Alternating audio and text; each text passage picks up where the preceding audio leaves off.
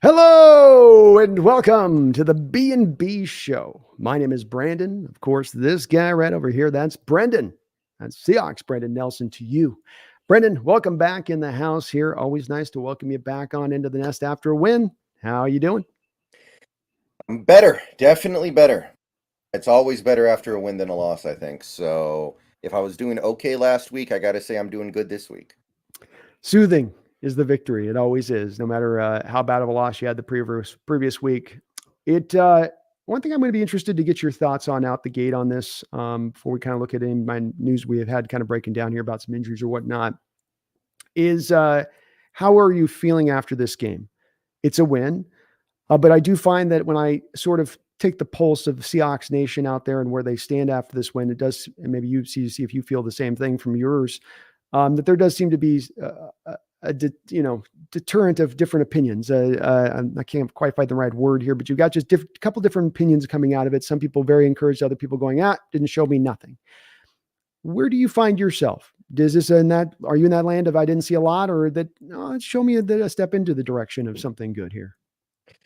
Well, I do think how you feel about the team right now after that game is very dependent on the baggage that you take with you into watching that game. I don't think that game is going to really change your mind about how you feel about this team. Like No, there's nothing in that game that I saw that made me think that we're great. There's nothing in that game that in this overall on this season. I mean, you look at the collective body of work. This is not a great team. It's not. I think no. that's and I think that's definitely weighing heavy on some people. But I think that if you were to take a step back and understand where we are in this process, this is a team that is going in the right direction. The train is not moving as fast as maybe we would like, but it is a win. It is a team that is clearly headed towards something better. Now, that doesn't guarantee we're going to get there. That's something that's going to be determined in future seasons. But this year's team, I don't think they're going to be great this year. And I think that's got some people down a little bit. I felt the same thing as well. I'm aware of the same things that you're talking about. And for me personally, I I get it, but it's not personally how I'm feeling. I'm taking this in stride. This is the second year of a new era. And honestly, I don't want the current regime to become a victim of their own success in a way, right? Because things went so much better than we thought they were going to last season. I I don't want us to get ahead of ourselves on where this is going to go from here. Last season raises expectations, and so then you get people thinking we should be great this year. However, as you say, that is a little bit maybe premature of an outlook for this team as far as expectation goes, or at least an unrealistic expectation. And your sentiments are obviously one that I do as well, Brendan, share in that I have the same outlook where I get the frustrations, and I do agree that the team hasn't shown you greatness this year. It hasn't shown you a contender ready team, but that also isn't then necessarily then a logical death knell for the front office or coaching staff to mean that that's an indictment on them not being able to build that and to create that, and or that indeed that's what they are building or creating, because it does feel a little bit like that we're heading at least in that direction and getting into that spot. It may take some time, but we are getting to that territory. I guess in the name of this controversy that does exist out there in the viewpoint of the team, let's go to one of the brighter spots on this team that's the sort of center point of this controversy, which would be one Mr. Geno Smith. A man throws for 370 yards, Brendan, and has a comeback winning drive at the end of the game. And yet there still He does has two. remain He as has two. two game-winning drives in one game. And two game winning drives. And yet we still do find ourselves, great point, by the way, on that. Yet we do still do find ourselves at a point where there is still a lot of the fan base that comes out of that saying, oh, see, he's not good enough. See, this is why he's a bridge quarterback and nothing more. Was that performance a performance of one that was a guy that showed you that he's nothing more than a bridge quarterback? Um, when I think of bridge quarterback, I think of somebody who's a good amount worse than a Geno Smith. I think of somebody who doesn't throw for 370 yards in a game, somebody who doesn't throw 30 touchdowns in one season, somebody who doesn't make the Pro Bowl. I think of somebody more like a Teddy Bridgewater, who's just kind of a guy who's competent enough to get the ball to the receivers most of the time, and that's about it. Yeah. So no, I don't believe Geno's a bridge quarterback. I never saw bridge quarterback in him. Last season alone, I think, should remove him from the conversation of being a bridge quarterback. Last season, what he did was far beyond the ability of pretty much any bridge quarterback I can think of. Now, what we saw yesterday, I will admit, it wasn't a perfect game. There were problems. There were big problems. And at halftime, I was pretty down on him. I saw a lot of things that I didn't like. I saw a lot of inaccuracy. The decision he made right before the end of the half was really bad. That's one of those things that there's nothing really I can say other than that was a really, really costly moment in this game. But in the NFL, I know that the bread gets buttered in the fourth quarter of a close game because most games are close. And the teams that are the most successful tend to be the teams with the quarterbacks that come through in the fourth quarter. So for Geno Smith to currently be leading the league in fourth quarter comebacks and game-winning drives, for him to put up what he put up in that fourth quarter, the touchdown drive and the field goal drive to win it at the buzzer, this is not the week to be speaking slanderously about Geno. It's just not. I mean, there are issues in there. There are a couple throws he missed. There are a couple of bad decisions he made, of course. But this, I don't understand how it strikes me how polarized the discourse around Geno Smith is right now, because after that game, this is not the week to play that game. Yeah, you put really, I think, where I stand on this too. I'm not trying to be we agree on everything on this. Maybe it will be one of those shows on this one, Brendan. But I just find myself in the same place, looking at the discourse and feeling like we're not really having the conversation in the way we should about in the consideration of Geno, because there are the camps that are there, and there is a camp out there that is just ready with that hook off stage. And they've seemingly had that hook ready for the last year and a half, ready to grab him and rip him off the stage. And any little thing they see that sort of confirms that, they're out there pulling at the hook to grab him over. And anything they see that doesn't confirm to the bias, it just gets the blinders and completely ignored. And I don't think that's being very fair if we're trying to make this debate to really look at it. When he's good, we got to say when he's good. When he's bad, we got to say when he's bad. And this wasn't a perfect game to your point on this, but it is the whole of the game that you make the judgment of the player, not just merely a play or two within the game, but the whole of the game. And in the whole of the game, he played a really good football game. And like you said, brought it home at the end of the day. As Carol said, the last two drives, he basically played perfect football on those last two drives. And that's got to be a part that doesn't get lost in this. And I just hope to God that he does continue to come on strong. He continues to play very well. I hope he makes these people that are just so stridently against him, sometimes without really a lot of good reason for it as much. Not that there's no reason, but the good reason. We can go to a place, I think, of criticizing Geno Smith and his play, Brendan, without it getting to the hook, without it having to always get to the place of, so get him out of there and get Drew Lock out there, where there's that itching to do that. And it's the place we can't seem to get to on this discussion, but we'll see where he goes. I mean, what I would say to those people is watch other quarterbacks right now. Watch other quarterbacks, because I guarantee you that these people are convinced that quarterback X is way better than Geno. Josh Allen, Justin Herbert, Tua, Jared Goff. They're all having really, really bad plays, really, really bad games. They're all doing it.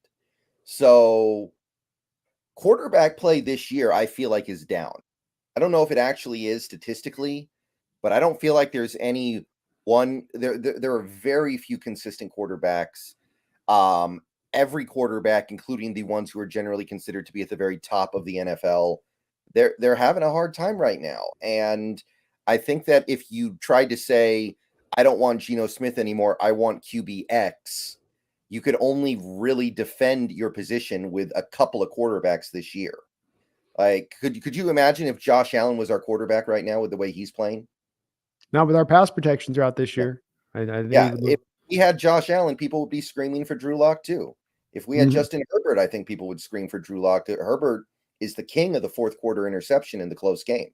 Oh, he's got the whole field lapped. Yeah. Could you imagine if he failed out against the Commanders at quarterback? Yeah, they'd be all over a Drew Lock. Like, get this Herbert out. We get Lock in there. He couldn't get the fourth quarter, couldn't get it done. See, can't get it done. Right there, proof. Absolutely 100% proof. No doubt about it. Mm-hmm. Okay. Yeah. So I don't think the quarterback that these people think exists. Like it's like maybe 2 or 3 guys, right? Even Mahomes. I mean, look at what Mahomes did against the terrible Denver defense 3 weeks ago. He was awful. That was much worse than any game Geno's played since he got here.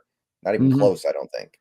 Yeah. So this quarterback that people think is just out there to go get, that is going to be so much better and change things for this team, he does not exist.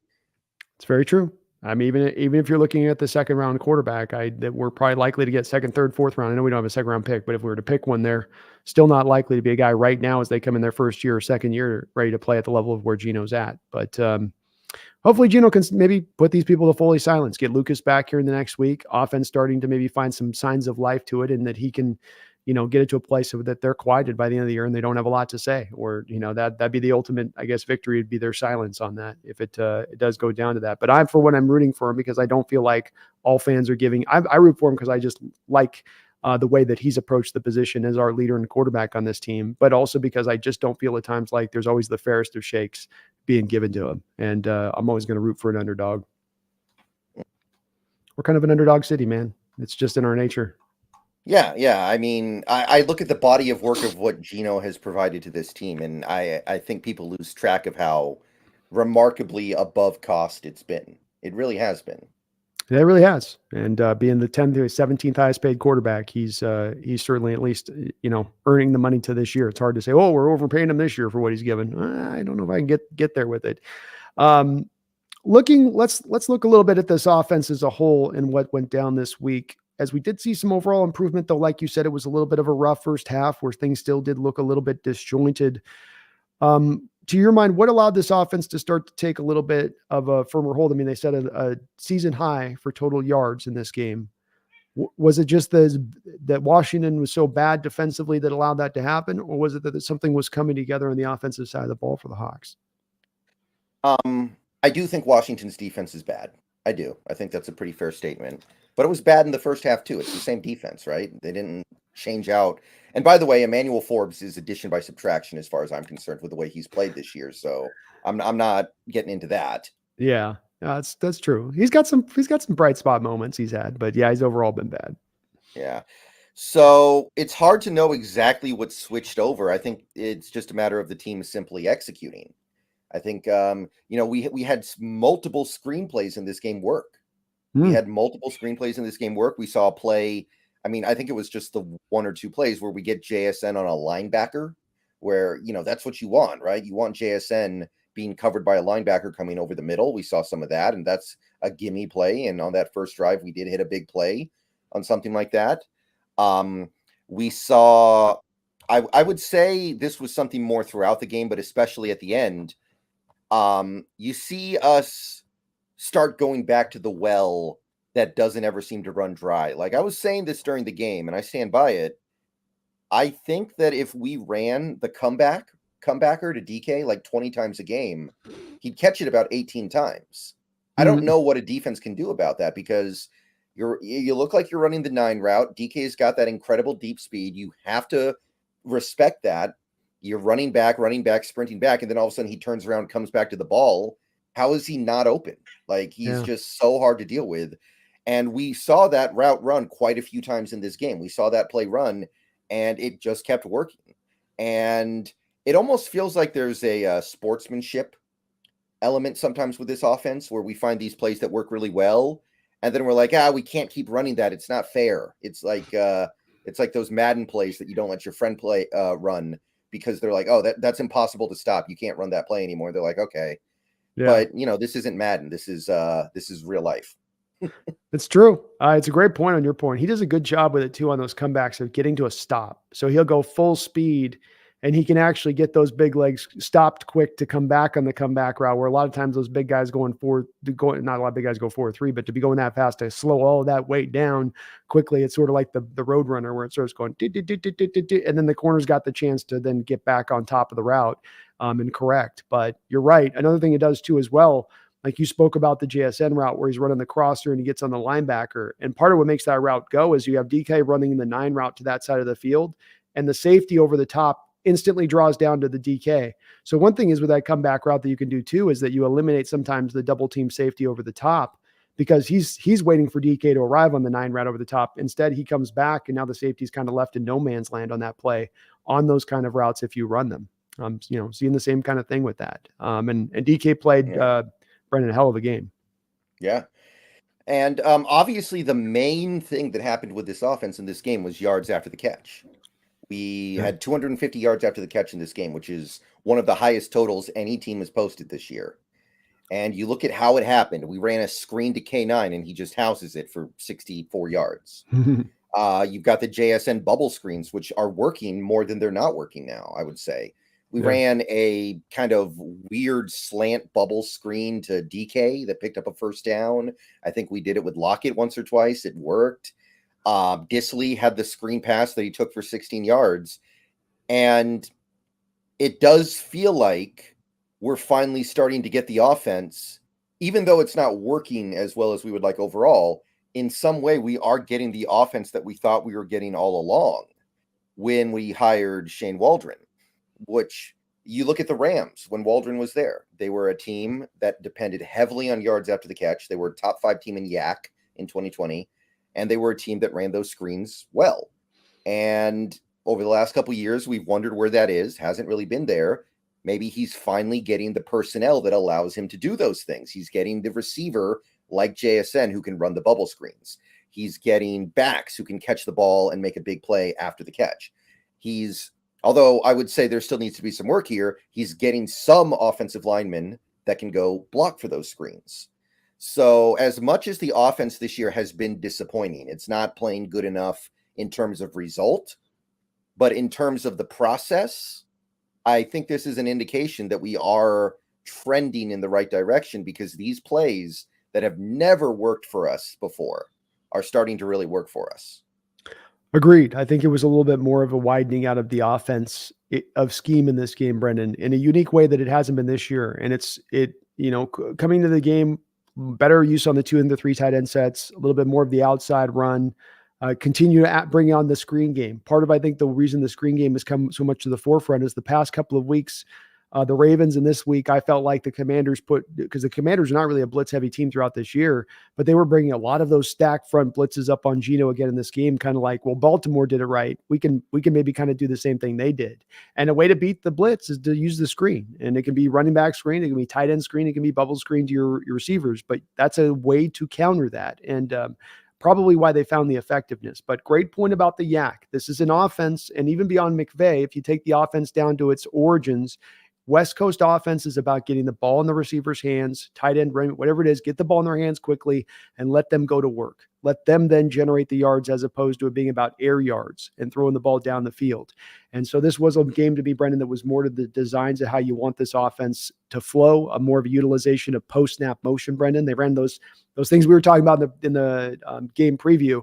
Getting that receiver coming back across the formation, Geno, rolling out to that side, nice, easy completion for him there out in space. Doesn't always get you a lot of yards, but it just gets Geno on point, starts to get him on rhythm, starts to get the offense a little bit on rhythm, it feels like. And they started just all those little things that we'd asked them to bring in, they brought into this game, it felt like. And you walk out of it just even better, Brendan, having all those yards, having all those yak yards, finding some balance offensively. It was very encouraging, and one reason, they're bad defense, but it is something that maybe you can build on going forward. Just finding the mixture, if not maybe the results. Right. So that would be, I think, the main thing that stands out with why the offense started playing so much better in the second half. But really, even in that first half, we moved the ball. We just couldn't finish drives. And that is a little bit harder to trace through. I feel like that's a red zone conversation that we're still kind of trying to feel this out and figure this out a little bit. I know we used tight ends more in this game. I'm not convinced we did it quite enough. I mean, we had a combination of 5 total catches between all 3 of our tight ends in this game. I don't know if that's where we want to be, but it was obviously a step in the right direction from Baltimore, where we did not use tight ends hardly at all. Yeah, basically. Disley was first time I've seen him catch a pass in a while. It feels like he's been an afterthought. So stuff like that is good. I think the most encouraging thing for me on the offense was the play of the offensive line, just leaps and bounds better than what we saw against Baltimore. And I know it's a completely different challenge, but they've still got Jonathan Allen and Daron Payne up there, and those are very good players. They're not necessarily playing great this year, but I didn't hear anything from either of those guys in this game. Well, and to your point, what those blitzes did in a lot of situations in this game was allow those guys one-on-one opportunities. And so that was going to test your guys out. And I think, there was a mixed bag, I think, in how they held up against those guys, but they didn't allow them to game wreck it. They didn't allow them to control the game when, they were a problem, and they minimized it as much as they could. They're going to be a problem for everybody. But yeah, I agree. I think the line held up. How about Peters? One pressure the whole game, and you've got a couple of nice all 22 pancake blocks of him in the running game. How nice is it going to be able to go forward knowing with Lucas there that you have a guy now in Peters as we go through the rest of this year where our backups are in such good place. You can trust in Stone Forsythe on the left side at this point. I think you feel like you can trust in Peters. You got to call on him. You still have Curhan on this roster from a depth standpoint. And this has been problematic for us in recent history on our line at times with some of the injuries that have mounted. You got some depth there here going through the rest of this year. I don't know what it'll add up to. I don't know if we'll be able to have to call upon it or it'll be necessary once Lucas comes, but it's just nice to have. Yeah, I would hesitate to have a ton of faith in Peters. He is old. I think he is a guy who, if you put him out there constantly, he's going to have some good games, but then he's going to have some bad games. Yeah, because at that age, you just can't get it up every week. But oops, my bad. That's what you just got to give him some Viagra, man. He'll be all right. He'll be hopefully consistent week to week, rising to the occasion. But yeah, that was good to see. I thought that Damian Lewis actually played really well with his run blocking, which was nice to see because he's obviously not having a very good year. Cross definitely played better. The only real issue with the offensive line would be they picked up quite a few penalties in this game. I think there were like 4 maybe at home. That's not good. But I think the offensive line was much improved. And that's kind of the formula here, right? That's kind of the recipe that we hope is going to keep up the rest of the way, because we're supposedly going to get Abe Lucas back very soon here. And then you've got your full complement of starters at that point. So there's no excuse. It's definitely the anticipation I have, which is that the offense takes the big final hopeful step forward on this season into being its best self once you get Lucas back into the fray, because it's held up relatively well from an injury standpoint. Aside from this, everything's coming into your ranks where you're not down anything offensively. So if we had thought coming into this that if they're full strength, they could be like a top 5 unit, now you get them to full strength. Can they ascend to that spot? It's going to be hard. There's going to be some tough defenses to go through to get to that range, but it won't be for a lack of the talent being there or you having an epidemic of injuries that will have held you back. You will have your full strength to make your biggest punch and see what you can do with it.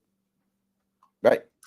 Kasra, thank you for the $5 donation. I appreciate you for that, Kasra, and appreciate you as well. I know you dropped a couple donos on the other stream we did today, so thank you for that.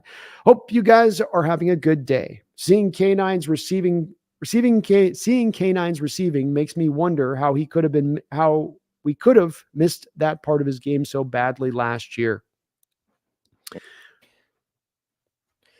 I mean, they never threw him the ball at Michigan State. I think he had like 4 catches in his career. Yeah. So it wasn't hard to miss it. There was nothing to see. Yeah, I think it was a part that they weren't as aware that was a part of his game, Kasra. As we went into, the first year with him last year, you also still did have at that time Homer on the roster. So, part of, I think what happened here a little bit is that you had K9 initially early on stuck behind Rashad Penny. Homer was kind of embedded as your third down back, or DJ Dallas. And then, okay, now Dallas goes down. Now Penny goes down, and you got to put K9 into the starting lineup, and he's got to eat up all the carries in there now. So you still want to offload that balance with a third down back. And third down backs are going to get the multitude of receiving catches out of the backfield most of the time anyway. So that also kind of limited it down, I think, on top of maybe a final factor being load balance, where last year you had to be kind of aware of it with K9 as the year went along because he had the injury. His carries started to stack up as the year went along in a heavy fashion because you didn't have anybody else literally to go to.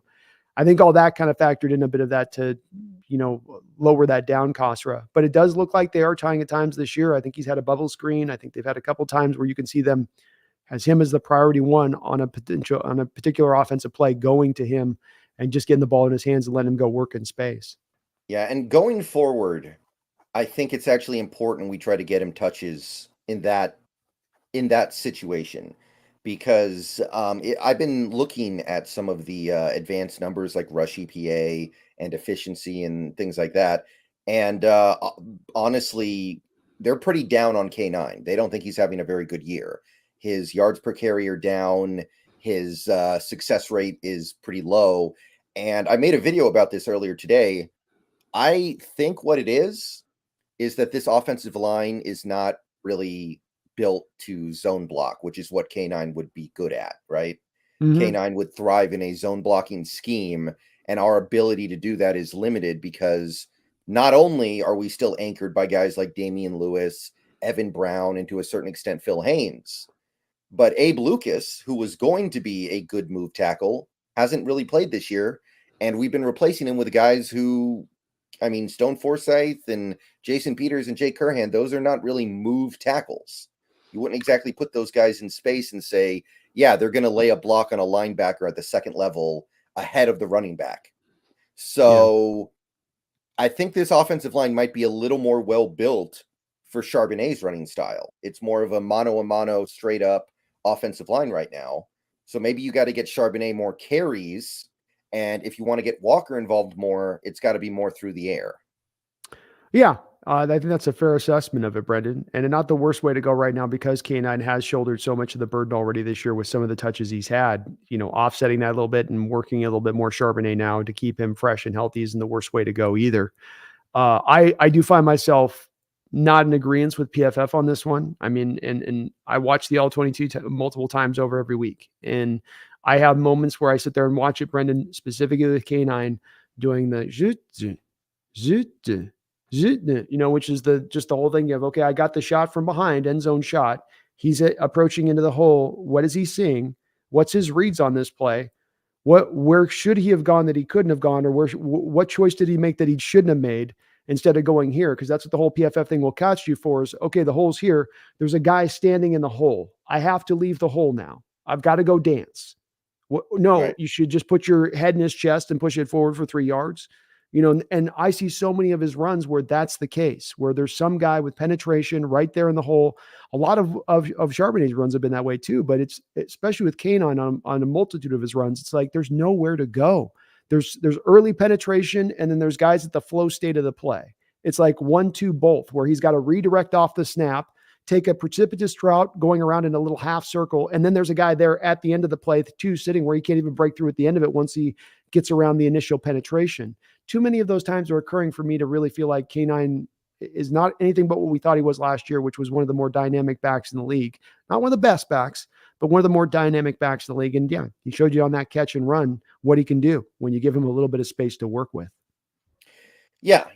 I mean, I'm not really down on K9 as a player, but I am wondering if this current offensive line is not the offensive line that he's going to make the best possible music with. Next year, you get Cooper Bebe in here, Bradford starting, Oluwatimi starting.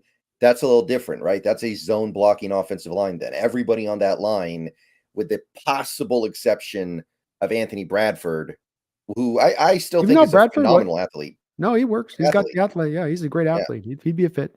Yeah. Like everybody on that offensive line would be meant to play in space.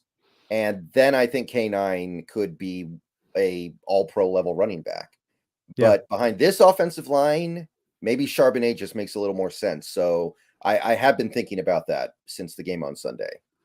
Well, there's a fair point to make that you want to go with who's the most effective right now, because we are in the thick of this. We are in the hunt, and you want to find more consistency in the ground game, whatever the answer is that's going to make that happen. And if that is the answer, then I'm fully okay with it. And you can't deny, you come out of this game with K9 at 3.3 yards per carry and Charbonnet at 7.1 yards per carry. And there's been a few of those games like that this year with those two guys when you've been able to find a balance between the two. And it's only going to, I think, increase the voices to say that, to your point, he is more effective in where this line is currently right now. Not that he's the more effective player, but just maybe more effective for where this offensive line is protecting. I think it's a completely fair point, Brendan.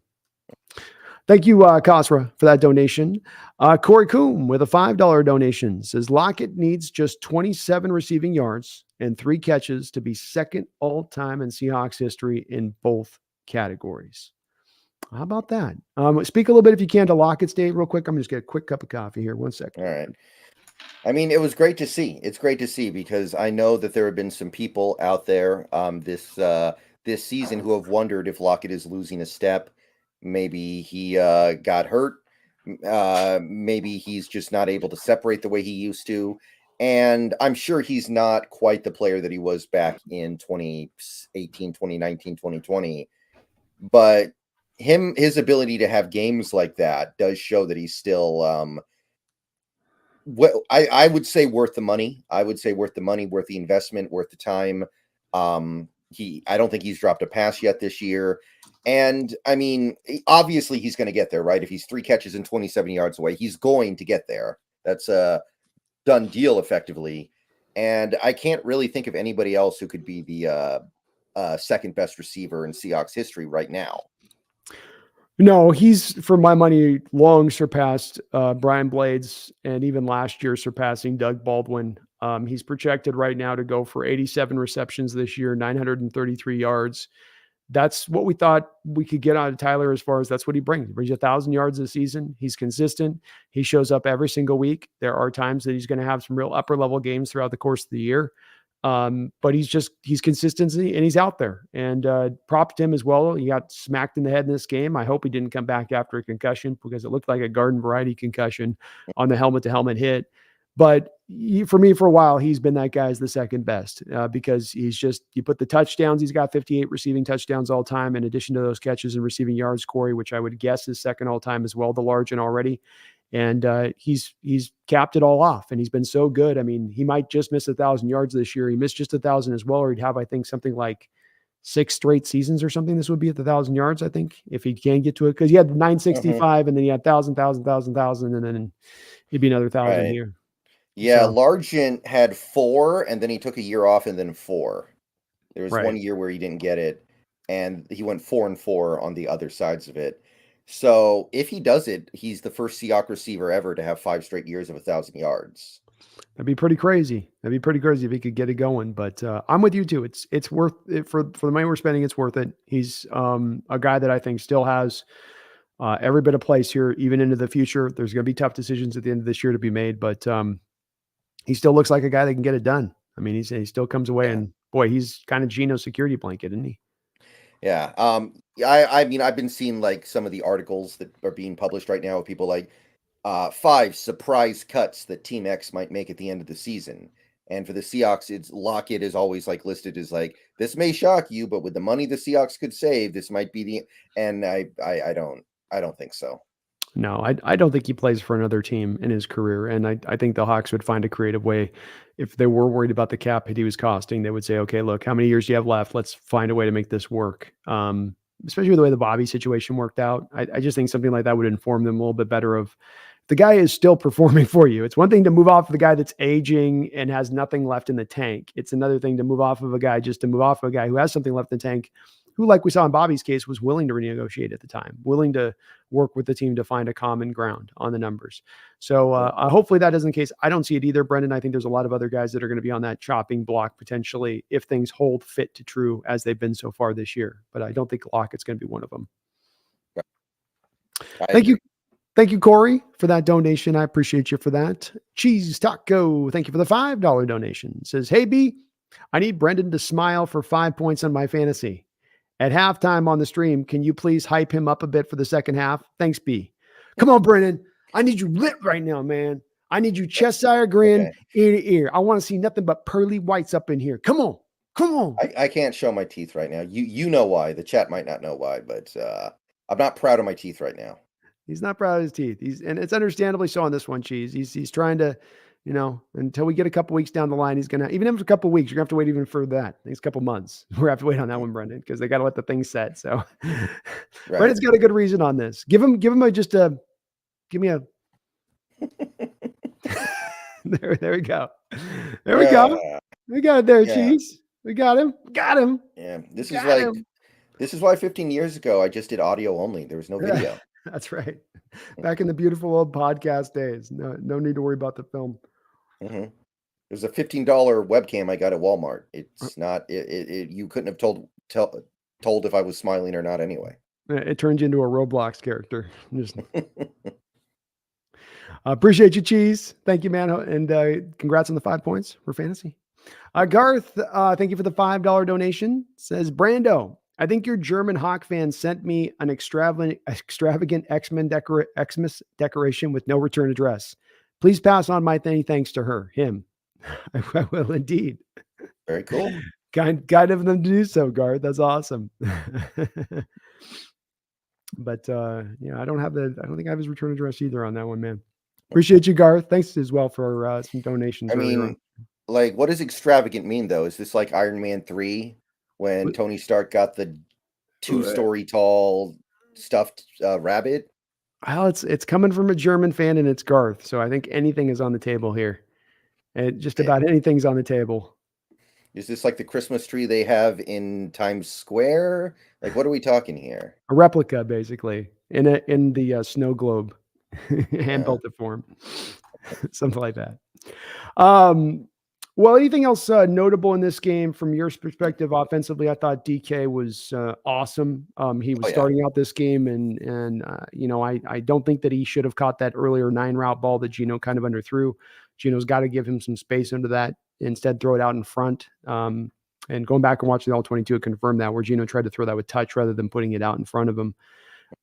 Threw it behind him then a little later on in the game. Not, again, DK's fault in that, but then he made some really good catches up out away from him, where he's got to go up and not a high point of ball, but you can't do you get Geno throwing those hot potatoes in there and you want to kind of body it so you can kind of absorb it. And DK getting the hands up and catching a couple of those tough passes to make sure he had it secured before contact came. Great job by DK to come through at the end of this game. And when you needed it, on those last couple of drives. Yeah, I think that game was kind of everything that we could ever want from DK Metcalf in a way. You saw yards after the catch, which is something that we keep expecting to see with him, and sometimes it seems like it's just not there. You see some of the toughness. You see the varied route tree that he ran in this game, like the on 3rd and 4 on that final drive, the field goal winning drive. He catches a blitz beater, just a quick little slant over the middle, nice and easy. Almost housed it. Honestly, he had one guy to beat. He almost housed it. Yeah. Just a variety of ways in which he attacked. Some people were saying he dropped that one pass. I mean, maybe he should have caught it, but I don't think it's a drop either. I think it's just circumstance. Stuff happens. I don't consider that a drop, really. Are they saying that on the 9 route? No, it's the one where it kind of hit him in the chest. St. Juste was covering him, and the ball kind of hit his chest. That's the deep route down the sideline, though, right? Isn't that the deep down the side? Because St. Juste is in coverage in that one too, and it's right there where he's in. Maybe we're talking about the same play here. I think we are. Because to me, that's the play where it's Geno's throwing it and he underthrows it. So he allows the defender to get back into the play. And maybe he's thinking he's going to draw a PI on the defender. But the problem with DK making that catch there is that the defender's hitting him before the ball arrives. And you know this with DK. The officials let these cornerbacks get physical with him. And it's part of, I think, some of the issues with him winning contested catch situations is that he doesn't always get the benefit of the doubt on the officials with the physicality. I've called it the Shaq rules. Back in the day with Shaquille O'Neal, they let power forwards and centers in the league that were giving up 75 pounds to Shaquille O'Neal beat the hell out of him at times down there. Yeah, absolutely. And it's just, it sucks, but it seems like there's a human nature thing from officials. I don't know if they feel bad for the corners on the outside or whatever, but you can clearly see on a lot of these plays, on that play when they slow-moed it, that Benjamin St. Juste made contact with them before the ball arrived. I mean, that he affected his ability to make the catch on that play with that contact. And maybe you should still just go catch that, but I don't know. I don't see a lot of receivers in this league that consistently make contested catches where they're getting molested before the ball arrives. I don't see a lot of that occurring myself. I see tough catches at the high point and all that, but not that way with it. Am I off on that? Do you see those? No, I agree. I think that, there's a gray area between a drop and a ball that a receiver has no chance to catch. Like the receiver can have a chance to catch it, but I still don't consider it to be like a bad drop or something. Yeah, agree. Like technically, yeah, DK could have caught it, but I don't think it's like the drop he had against the Rams in week 1. That's actually a drop. Yeah, agreed, agreed. And that Uh, final catch he made to get free, to get 10 yards closer after that yak, where if he just goes down, that's a lot tougher of a kick for Myers versus where he ended out. Big play there as well. yeah, I mean, they planned it out. It's like they drew it up, right? They had just enough time to spike it without having to rush it, Yeah. and it was also just enough time to kick without leaving any time left on the other side. It was like they drew it up exactly that way. So Props I props to Geno there. That thing you just mentioned, the taking the time, because that's such a thing we've seen at times where quarterbacks in that scenario come down, right? And they just want to get the snap off. And so then they don't get everybody set. So you get those one of those penalties where the guy doesn't just get down in a stance on the line of scrimmage, flag comes out, and then what happens, Brendan? You get the automatic runoff. And you yeah. only have 3 seconds at that. So if an automatic runoff happens, you're screwed at that point. Yeah, that's why I couldn't believe. I mean, did you see what Denver did last night on their game-winning field goal? Yeah. I Yeah. could not believe they willingly let a situation where they have a running clock trying to get the field goal unit on. Like it's one thing when you have to do it, but I couldn't believe they offered themselves up to that situation. And sure enough, it didn't work. They just got lucky that Buffalo was even dumber. But Yeah. I could not believe they were actually like, yeah, we are willingly going to have our field goal unit run on with a running clock. I don't Eh, like it either. Yeah. yeah. I that's So they handled it brilliantly. That's way overthinking it. Where it's like, I get not wanting to leave Josh Allen the time on the clock. That's another one though where you got to read it too, where it's like, yeah, but he doesn't have the best of games. This isn't Josh Allen like last year, 2 years ago running. This is our defense can hold them up on that. I don't like the running clock ticking though. To me, that's a no-go area. Like unless you absolutely have to have your kicking unit come out there with a rolling clock. Cause you know, that kicker's already up in his head. And then you start trying to make him feel like he's get lined up. You know, they love to do that whole thing where they're like, breathe and they go through their Buddhist Yeah, Zao thing, you exactly. know, they're creatures of habit. So it's like you force their Mhm, habit, you mess them up. But mhm. that was cool to see Geno aware of the time, aware he had the time to let everybody get up there before he had to spike it, where it wasn't a matter of just quicking it up, let everybody get set there. And that was big, very Yeah, big. and it was like a direct reply to what happened at the end of the first half when he completely lost perspective of the situation and gave up a field goal opportunity. And I mean, granted, it's not a guarantee that Myers makes it, but Myers is definitely going to get the distance on it. I'll say that much, right? It's his worst play of the game for Geno Smith for me. It is the worst play of the game. And it's because there are times you can control things and times you can't control things. And that is an unforced controllable error because you make the determination before the play, Brendan. You come up to the line and you go this. We don't have a timeout. I'm going to have enough time to make two reads. And if the two reads aren't there, hell, make one read. Say you're going to make one. But if you want to say two, I'll look through two things.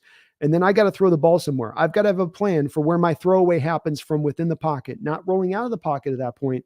From within the pocket, do I have DK running a 9 route that I can whistle through the back of the end zone that I'm not going to get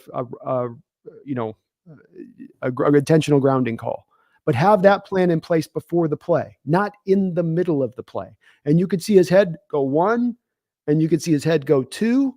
And then he tried to get up into the top of the pocket there to extend the play a bit. And that's where then third needs to be you whistle that amounts and preserve the 3 points there, which are 10 amount. And that's one where I will not excuse any part of that from Geno's standpoint. That is absolutely on his part, just a horrible play there in that moment. You can't do that as a quarterback because there's so many things you can't control that go wrong as a quarterback. You don't want to add to them. And that's kind of what he did in that scenario. Yeah, absolutely. But it's like what happened at the end of the game was like a direct response, like a direct contrast. So that was Mm, cool. I appreciate absolutely. little things like that. Yeah, he brought it home at the end, and he got it right at the end, and that's what matters most. Well, let's turn over here to the defensive side of the ball and take a little bit of a look at this defense and what they brought to bear in this game. Had the opening drive with Jamal Adams coming on the blitz, free rush here, just like we had with the Giants game, Brendan, where we had with last year. We got injured on the Russell Wilson play. He's got him dead to rights, but can't seem to bring the quarterback down in the pocket. Do you have a reason for, is this an issue or just this is a small sample size of this happening recently and this is not what we're going to see as we go forward here on this one? It looks like he's playing out of control. Like not just that play. There are a lot of plays where it looks like he's just running in like a 5-year-old who's on a sugar high of some sort. And by the way, I know sugar highs are actually myths. They don't exist. Yeah, but they kind of But do. Yeah, but the point I'm trying to make is it seems like he's just not in control. And I gotta admit, I am getting a little irritated by it, the Jamal Adams angle here. Like, what Twilight Zone episode are we in where we have Jamal Adams and the only thing he's doing really well is covering? Like, he has been bulletproof in coverage this year. I think he's given up like 40 yards on the season in coverage. Yeah. And now he can't tackle. Now he's not an effective pass rusher. It's like this is a Twilight Zone episode. Yeah. Well, and it's also you don't really send him very much. I mean, he went early on in the game, and a lot of these games, he's not getting sent on the blitz often. But a big part of what makes him who he is that we can use him as an effective rusher from time to time. And they got a decision to make with him. And it's hard for me to come to a hard ground on this one because I kind of have a lot of sympathy for where he is. He is coming off this injury. You listen to him talk in the press conference about the soreness in the kneecap, on the sideline, putting the warmer on it. I mean, he is being a good warrior going out there and fighting as he's fighting to make happen what he's making happen. And PFF liked his game relatively well for whatever that's worth and how they graded him. But I do see the things you're seeing. And it is something I hope he can start to maybe clean up a little bit more, because when you have your defensive coordinator dial up the right play and put you in a position to get a free, easy sack, whereas he called it a layup sack, then lay it up. You can't brick that at that point. And we're having some brickage going on here. And we need him to be able to use that part of his game. And like you say, a little bit more under control, just kind of flying it. It was a weird one too, Brennan. It's like, Hal didn't do anything. He just stood there and he flew right past. He didn't hit the brakes. He was just, oh, I'm sacked. It was kind of like a quarterback like, oh, I'm dead to rights. What am I going to do? Just protect the ball and get down right. And it just kind of one-armed him right past. Wrapping up defensively, Brendan, is something this defense as a whole could do a hair bit better, couldn't they? Yeah, I understand the need to be patient with Adams because he's coming back from this injury that probably should have ended his career. But like, I don't feel like that injury means it's okay for him to be incompetent tackling. Yeah, I don't either. So I don't buy it. Totally. No, I don't either. And look, we're going to have a hard decision to make at the end of this offseason with somebody. And I'm not saying Adams is on chopping block or anything like that, but somebody is going to have to get cut out for them to clear the cap space they're going to need to clear to be able to make something happen if they want to get to contender status next year. And so I don't know that it's him or who it's going to be necessarily, but you're paying him $18 million a year, Brendan. Are we getting $18 million of return back? Definitely not even close. I mean, he would have to score a touchdown like every game for us to be getting our money's worth on Adams at this point. Like that's not happening. But are we getting a good player?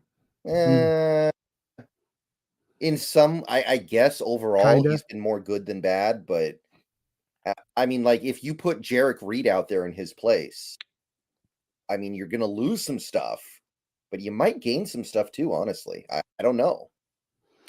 Yeah, it's hard to say with that. We'll just have to, he'll be one of those guys, much like, with Geno going into this stretch of 4 games after this Rams game, even including this Rams game, the stretch of 5 games, it'd be a guy that I'll be paying very close attention to and the impact he's bringing when it comes down to people asking us at the end of the year, who has to be the one that we create the space for here? Who's the guy that we got to do this? And somebody's going to have to be called to account, unfortunately, because of the nature of where our cap space is at, only having about $7 million. So you're going to, somebody's going to have to be given the slip a little bit, as unfortunate as that is. It's just the reality of life. Looking at the defensive line in this game, Brendan, I found it to be a bit of a mixed bag. Did you feel the same? I love what I saw. We got Leonard Williams. I love having Draymond Jones on the outside. What a great adjustment by the defensive staff. Oh, yeah. Right? No one, because you could see, sorry, go ahead. Yeah. I'm happy we're talking about this because that was something I noticed too, and something I've been thinking about a lot coming out of that game. Yeah. Well, just because you see what the scores on Frank Clark and Taylor, right? Even after this game, where like they're not giving you, especially in the run game, you just can't count on those guys on the edges. Whereas you see him on the edges and you're like, well, he's a handful for a tackle, at least in the run game. Maybe he can't be as dynamic as a pass rusher, but he'll hold up over there on that part of it. I think he had 4 pressures in this game too. So he was winning in that area. But like the last offensive play that Washington ran, the touchdown to De'Ami Brown, I think it was De'Ami Brown. Like you can see Frank Clark in there getting escorted away from the play by the left tackle, basically. And Howell, that play happens because Howell has like what felt like 6 or 7 seconds back there because Frank Clark can't do anything. So I understand that he's not going anywhere this year and that we're going to continue to give him chances, but I'm pretty bearish on the idea of us getting anything out of Frank Clark this year. Maybe he'll wake up in the playoffs because he usually does that, right? Gotta wait for playoff Frank, man. That's just he's just holding. He's keeping the reservoir deep, Brendan. You know, he's saving what he's got in the tank for that playoff run. That's all. That's all he's doing. Yeah, He's got to save himself. He's an older player. What are you gonna do? You know. right. So I really like the Draymond Jones adjustment. He played most of his snaps on edge at this game, and he did that a lot last year in Denver, which was his best year, right? Like last year was the year that got him paid. We brought him in mostly because of what he did in 2022. So you should try to use him in the same way. And he actually lined up as an edge more than he lined up in the B gap on 2022. So I like it. I think trying to find ways to utilize our players in more creative ways is the only way we're going to get through the Nwosu loss. Yes, because sir. now you can really reduce Frank Clark's usage. Now you're going to have to eventually at some point trust in Derek Hall. Doesn't seem like we trust him at all right now. He barely played in that game. I think it was 11 snaps. He played less snaps than Frank Clark, who got here less than a month ago. I think I'd say though too, they're probably trying to remember he had the injury last week. It was a really bad one, and it's been a shoulder thing he's been dealing with. I would estimate that they're probably trying to keep a little bit of the load off of him. In addition to that, Probably, but he also played really badly against Baltimore. He had like 3 missed tackles, so maybe he was in the doghouse a little bit. I think that's possible, but the way we're doing things is still feels a little untenable with us saying, okay, we got Mafe and Mafe's great, but then we're going to play Daryl Taylor 70% of the snaps when teams have really learned how to attack him. I mean, it's not hard to figure out, right? And then you got Frank Clark, who's got nothing, and then Derek Hall, who you're not willing to play a ton yet, which I get it. Like, we kind of knew Derek Hall would be a bit of a work in progress, but you got to accelerate the timetable a little bit at this point, I think. But if you add Draymond Jones into the equation, now you're talking.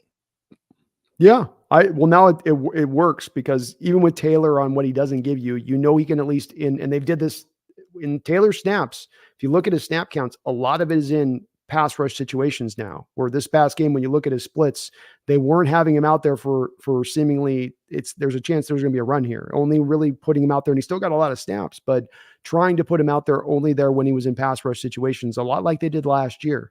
And that is a better fit for him. You can find some value from Taylor if you put him into that role, because now his detriments and the things that he causes that are problems in the field start to be removed and covered up a bit. So I love the way they did that to not only maximize out maybe Draymond Jones and get, because what this does too is you get him out of the 3 tech on early downs, where now his run defense that's a bit of a suckage on early downs out of the 3 tech gets removed. Leonard Williams gets fit in there next to him now in with Jaron Reed, and now you're bigger and badder on the inside against the run in addition to it. It's like a move that has a lot of different cascading goodnesses upon it and in taking that approach with it. So smart on the defensive coaching staff to utilize him this way. Give me some more Draymond Jones coming off the edge. Yeah, and Pete said we're going to do that more the rest of the way. I think he's kind of acknowledged that the Frank Clark thing, it didn't really, it's not working right now at the very least. We can say that. And I know they're going to give him more time, more opportunities, but at a certain point, I mean, we got more out of Bruce Irvin last year than I'm seeing from Frank Clark so far. Yes, I would agree with that. I think he's not right now. He looks like a far diminished player from the Frank Clark that was here. And I don't know if that's the case. He looks really thin, number one. I'll say that. Like, he looks like he's lost weight. But we'll give him time. We'll see if maybe Frank can eventually give us a little bit of something from it. But even if it's just this adjustment, that's good enough adjustment in itself. I thought Jaron Reed played pretty good again against the run with his effort level. He continues to be pretty consistent every week overall. Edwards was all right. I liked a lot of Leonard Williams' game, highest graded player for you by PFF. He didn't have a great game, but he was solid. Yeah. Did you notice his sack came on a 6-man blitz, by the way? Did it? I did notice it came on a blitz. I didn't know if it was a 6-man. I saw Bobby in there, but I didn't see the sixth Yeah. Guy. A lot of people in the chat after the game were telling me like, hey, 6-man blitz. And then we never saw it again. It drives me crazy. They run it and they're super effective at it, and then they never go back to it. And I know why, Brendan. It just comes back to that fear of the big play, fear of getting the chunk play that you give up, right? But coach, we were effective. Yeah, we were effective this time, but next time they're going to hit us with a 9 round over the top.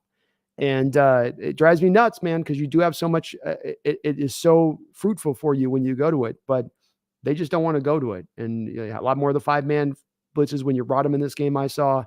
Don't know why they don't, Brendan. I don't. You have a young quarterback out there in Howell, for instance, in this game. I would have loved at times to maybe see if you could dial it in. I think they were thinking they were going to get a little bit more dink and dunked. And if you blitz a dink and dunk guy, that just means the dink and dunks are open because those are the hot routes. But would have loved to have seen that kind of happened anyway. Man, it did happen anyway. Well, that's where we come back to why me and you both still at the end. Just do it anyway. It's the thing you're trying to prevent is not prevented by staying on the 4-man fronts and dropping everybody into coverage. So, but that's where, again, Coach Carroll would come back to me and say, well, did you see all the times that Sam Howell had his chin up and he was looking deep and then had to come back to the second and third reads underneath? That's because I have Diggs on the back end eliminating that deep play. That's because I have my deep coverages on the back end preventing him from seeing that open. So he has to go back to the check down. But yeah. Carroll at the VMAC tomorrow is going to be showing the clip from the end of the Broncos-Bills game where McDermott sends the house on 3rd and 10. Oh, yeah. And he's going to be pointing like, see, I told you guys, see? This is what happens every time. Okay, not every time. Almost all the time. Okay, not all the time, but it does happen. Yeah, no, that's absolutely what he'll do, man. He does not like those things, but we do it. It's been getting the most out of your personnel. It's what we do well. It's what your personnel does well that you have. I hope that, especially when it comes to playing the Niners, Brendan, in a couple weeks from now, really want to see that against Brock Purdy. Some of these kind of stack fronts, I'd love to see that against him. I don't know if we'll do it or not. We haven't done it yet in the twice we played him prior, but he's beat you twice, so maybe new tactics, right? Yeah, I like it. Maybe we're saving it. I'm gonna save those tactics up. Garth Knight, thank you for the $5 dono and all your donations tonight, brother. I appreciate all of your support. If only Geno got the same sympathy that the other former New York Jet number 33 seems to get from the fan base. I was done with number 33 before it started. Yeah, it certainly has been an odd one with me watching the Geno discourse, man. And it's twisted and turned this year. It's just been a bit strange for me. Especially against Brendan because of how much support Russell got at times, in that if you brought up criticism there, like you could almost not say anything, but yet it's like let loose the floodgates with Geno, So it's a weird kind of situation versus the other one to me as I try to, make some sense of it. Yeah, I don't know what it is either. I mean, obviously there's a lot of there's a lot of prior information with Geno that you didn't have with Russ. We had a decade of Geno wandering the league like Jules from Pulp Fiction or something. Just go walk to Earth. What do you mean you're gonna walk to Earth? But yeah, I don't totally get it either. Maybe I do think that part of it is a sense of loyalty to Russ. Maybe they don't want to say good things about the guy who replaced him. I don't know. I think maybe there's a little bit of that going on.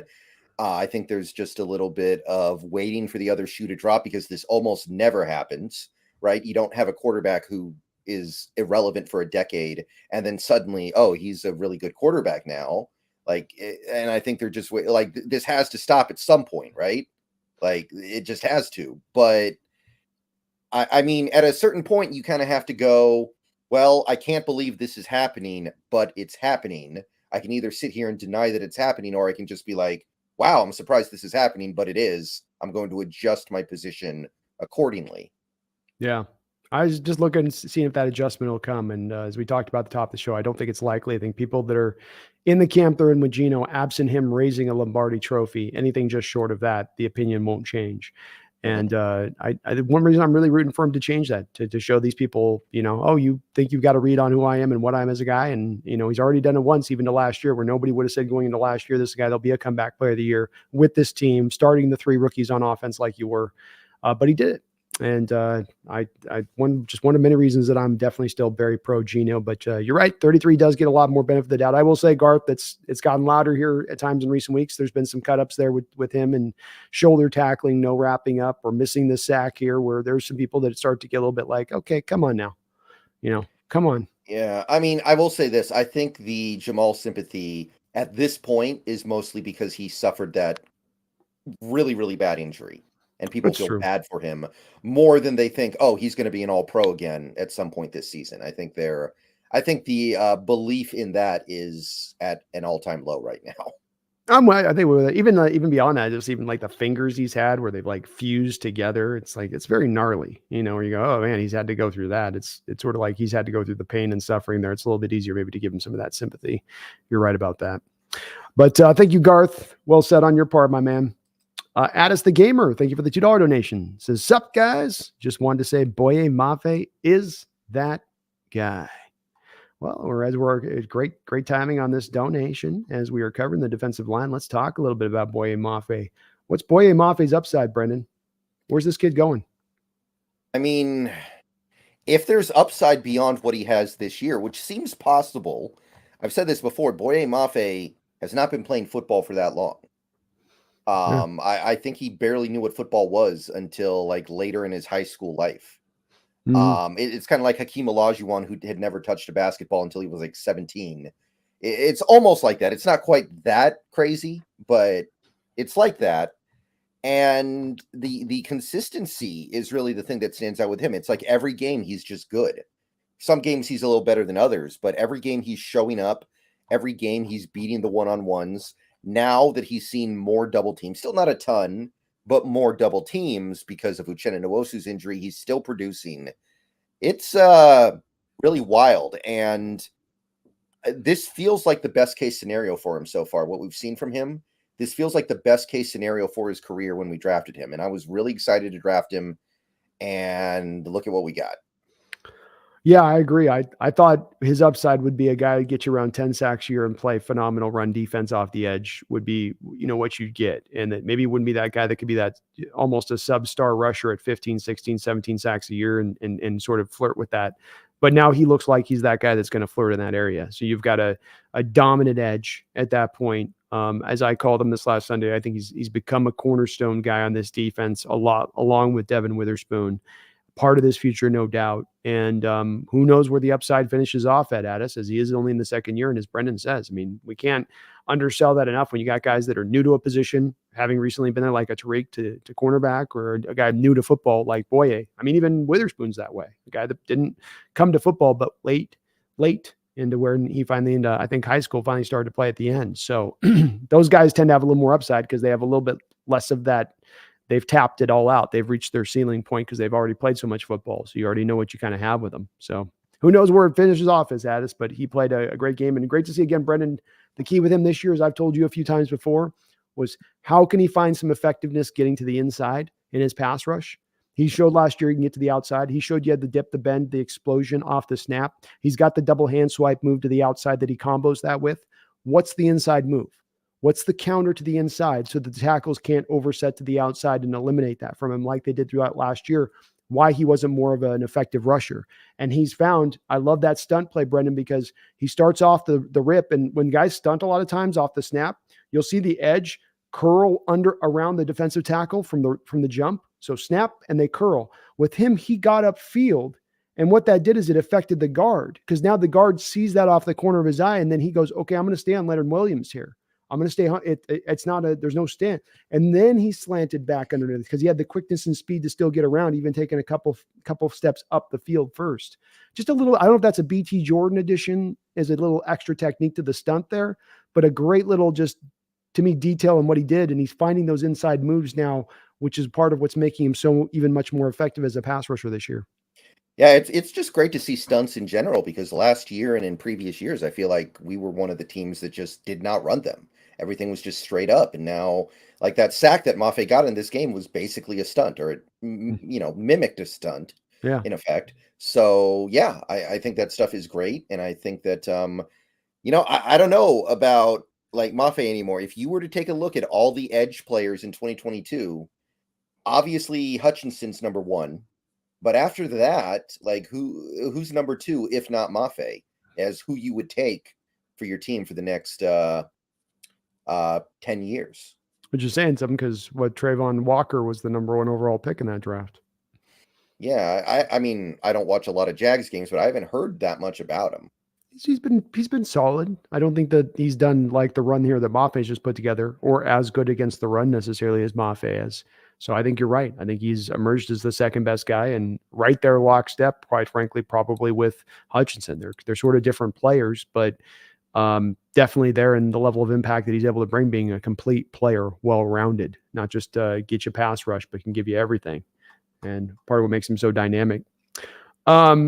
Let's talk about linebackers. Let's start first with the bad before we get to the good. Which inside linebackers I'm talking here, and that's going to be first with Jordan Brooks. Brooks in a year right now where we're paying really close attention to what he's going to do and whether or not he's going to be worthy of a $17, $18 million a year deal. How was your assessment of Jordan Brooks in this game? I think he played like a guy who missed most of practice this week with an injury. Mm-hmm. I'll put it that way. It was not one of his better games. Yeah. I don't think he did anything over the top terrible. Like the two big plays to the backs out of the backfield, those are not on him. That was on really, I don't even really want to put those plays on Mafe and Draymond. They were just kind of broken plays that got away from us. Yeah. So those are not on the Brooks and Wagner as far as I'm concerned. But overall, Brooks didn't do anything to really stand out to me. He was just kind of there. He wasn't as involved. He's usually much more involved in the run game at the very least. It's bizarre to have him play a full game and only get 3 tackles. Like, that is very rare. And I'm not even saying I'm a big tackle hound. I'm not a guy who thinks that tackles are some amazing end-all be-all of whether or not you're an effective player. But usually he's involved more than that. There were some coverage issues in this game. And I mean, regardless of the fact that Brooks has been better in coverage this year, he's still never going to be a great cover linebacker. So games like that are going to happen. Moments like that are going to happen. So yeah, I think you saw a little bit of a back to earth moment for Brooks. I didn't hate it, but he was definitely the lesser of the 2 inside linebackers in this game for me. Yeah, it's the run defense part of it that's the big issue I have. Like you say, the broken plays are one thing. He did have one in coverage he gave up that was just to me, startling example of why he struggles in coverage. The guy comes off the snap, gives him a little juke move, and loses Jordan Brooks. And they had like an all 22 shot they showed where he lost him by 4 yards, where Brooks is just not even near step for step with him in it. And I get the coverage stuff. That's not going to change. It's been here. It's always going to be here with him. But to be not as good in the run department, the run stuffing element, to be, tackling numbers were poor out of this game by PFF. I thought his instincts were strange. The tackling effort at times was a little light. He did a couple of shorter Jamal Adams shoulder tackle specials where I'm not going to wrap up. I'm just going to stick my shoulder in there and hope that gets it done. When it comes down to making the assessment on this guy, man, with paying 17, 18 million, as we've said it for a couple of weeks on this, it's going to be a hard bite down on that one to make that kind of deal for this guy for everything he brings to the field, both good and bad. If you're going to pay the 18 million, I want a complete player for that. I don't need a star, but I want a complete player. And he's taken steps forward in his game this year, but to me, not enough at this point, where if the year ended right now, I would have to let him walk at this point. There's other players I'd rather keep on this team, especially considering he'll be the most costly out of anybody to bring back. Yeah, unless we're completely off on our evaluation of the money he's going to ask for, which I really don't think I am. No, I don't. But honestly, even if it's like 12 million, I'm like, I think I can do better with that money. I really do. Like, it's not a high value position anymore. You can get Bobby for much cheaper, I think, because he's shown to a certain extent it's not really about the money for him anymore, unless he changes his mind this upcoming offseason, which he could. But the fact that he had the season he had for the Rams last year and took 5.5 with us tells me that he's kind of over the money thing. He just wants to play football. Yeah. So if I can get Bobby Wagner for half or a third and on a 1-year deal of what I can get Brooks for, then I don't think there's any decision here. Like, Wagner's still playing better than Brooks this year. Agreed. Yeah, no, I agreed. Even in this game, he's got to beat all the way down the line as far as the grades go. And you get half there, you bring a young guy there. And then the thing Bobby gives you too is a young guy who needs to learn the ropes, has Bobby right next to him at all times to lead him and guide him in the right direction. I would much more be in favor of that at this point. Getting the good side of this, I thought Bobby Wagner played a really, really strong game amongst a year of him playing strong in just about every single contest this year.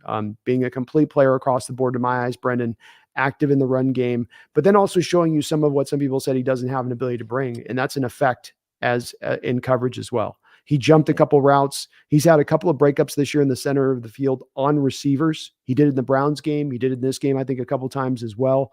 He's been just so good this year, so far beyond what our expectation was. Brendan, talk a little bit about Bobby and what he's been able to do here so far this year and in this game. Yeah, Bobby was really good in this game. Every game he's going to have one play where you're like, man, he is so slow now. Like he had that one play where he was trying to cover the Gibson. Gibson out of the backfield over, going to the sideline, and you're like, wow, that 5 years ago that would not have stood. That would not be happening. But every other play, he's just always doing his job. He leads the team in tackles. Like you said, he made some plays in coverage. Half a sack too, by the way. So he actually got back involved there as well.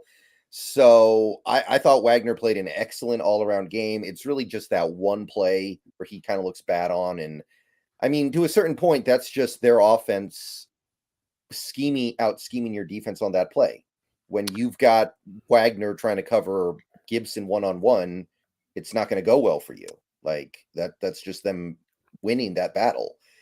So I think Wagner's played phenomenal this season. He's done extraordinarily well against the run. And there's a lot on his shoulders right now, too, because the two hyper elite run defenders on this team were Wagner and Nwosu. And Nwosu's gone now. So there's a lot on Wagner's shoulders.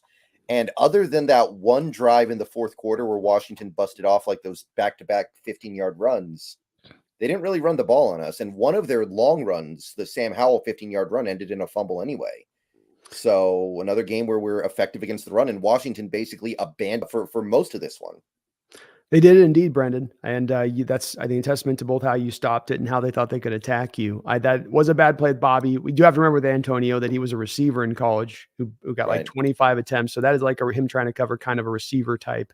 A very pure hybrid between running back and receiver, I'd say, is Gibson in so many ways. But you're right. There's the occasional bad play where you go, "Ooh, boy, yeah, he's definitely slowed down a little bit," but not consistently what you see across the board as he is show up all over the place, and especially in his ability to stop the run and clean that part of that game, help to clean that part of the game up for us. He's been consistent in every single game this year. Really love what Bobby's brought to the table, and do want to see him back at this point, Brendan. No doubt about that. Mm-hmm. NR, thank you for the $2 donation. Says, was Jackson Smith and Jigba's proof of concept for the screen game? I mean, obviously he runs those plays better than any receiver we've had in recently, right? Mm-hmm. Yeah, I think he's got it's a skill set that's just not Tyler and DK. I think DK can occasionally, you could throw a ball. That's just, he's so big though, asking him to do that, like it's not really what he does. But this is JSN, a little bit more of what he can do. Even with JSN though, I think I'd argue Eskridge would probably be your best guy to run that stuff, ideally. But the team doesn't seem to know what to do with Eskridge at this point, so it's going to be JSN. Yeah, his new nickname is Healthy Scratch. Healthy Scratch. There we go. Yeah. It's a good nickname. Or in basketball, they call it DNP Coach's Decision. Yeah, I guess he's just there as insurance, and if one of our guys get injured, then they've got a deep receiving core to call upon. Well, I mean that's kind of happened. Derek Young got hurt again, and we should shut him down for the year, I think.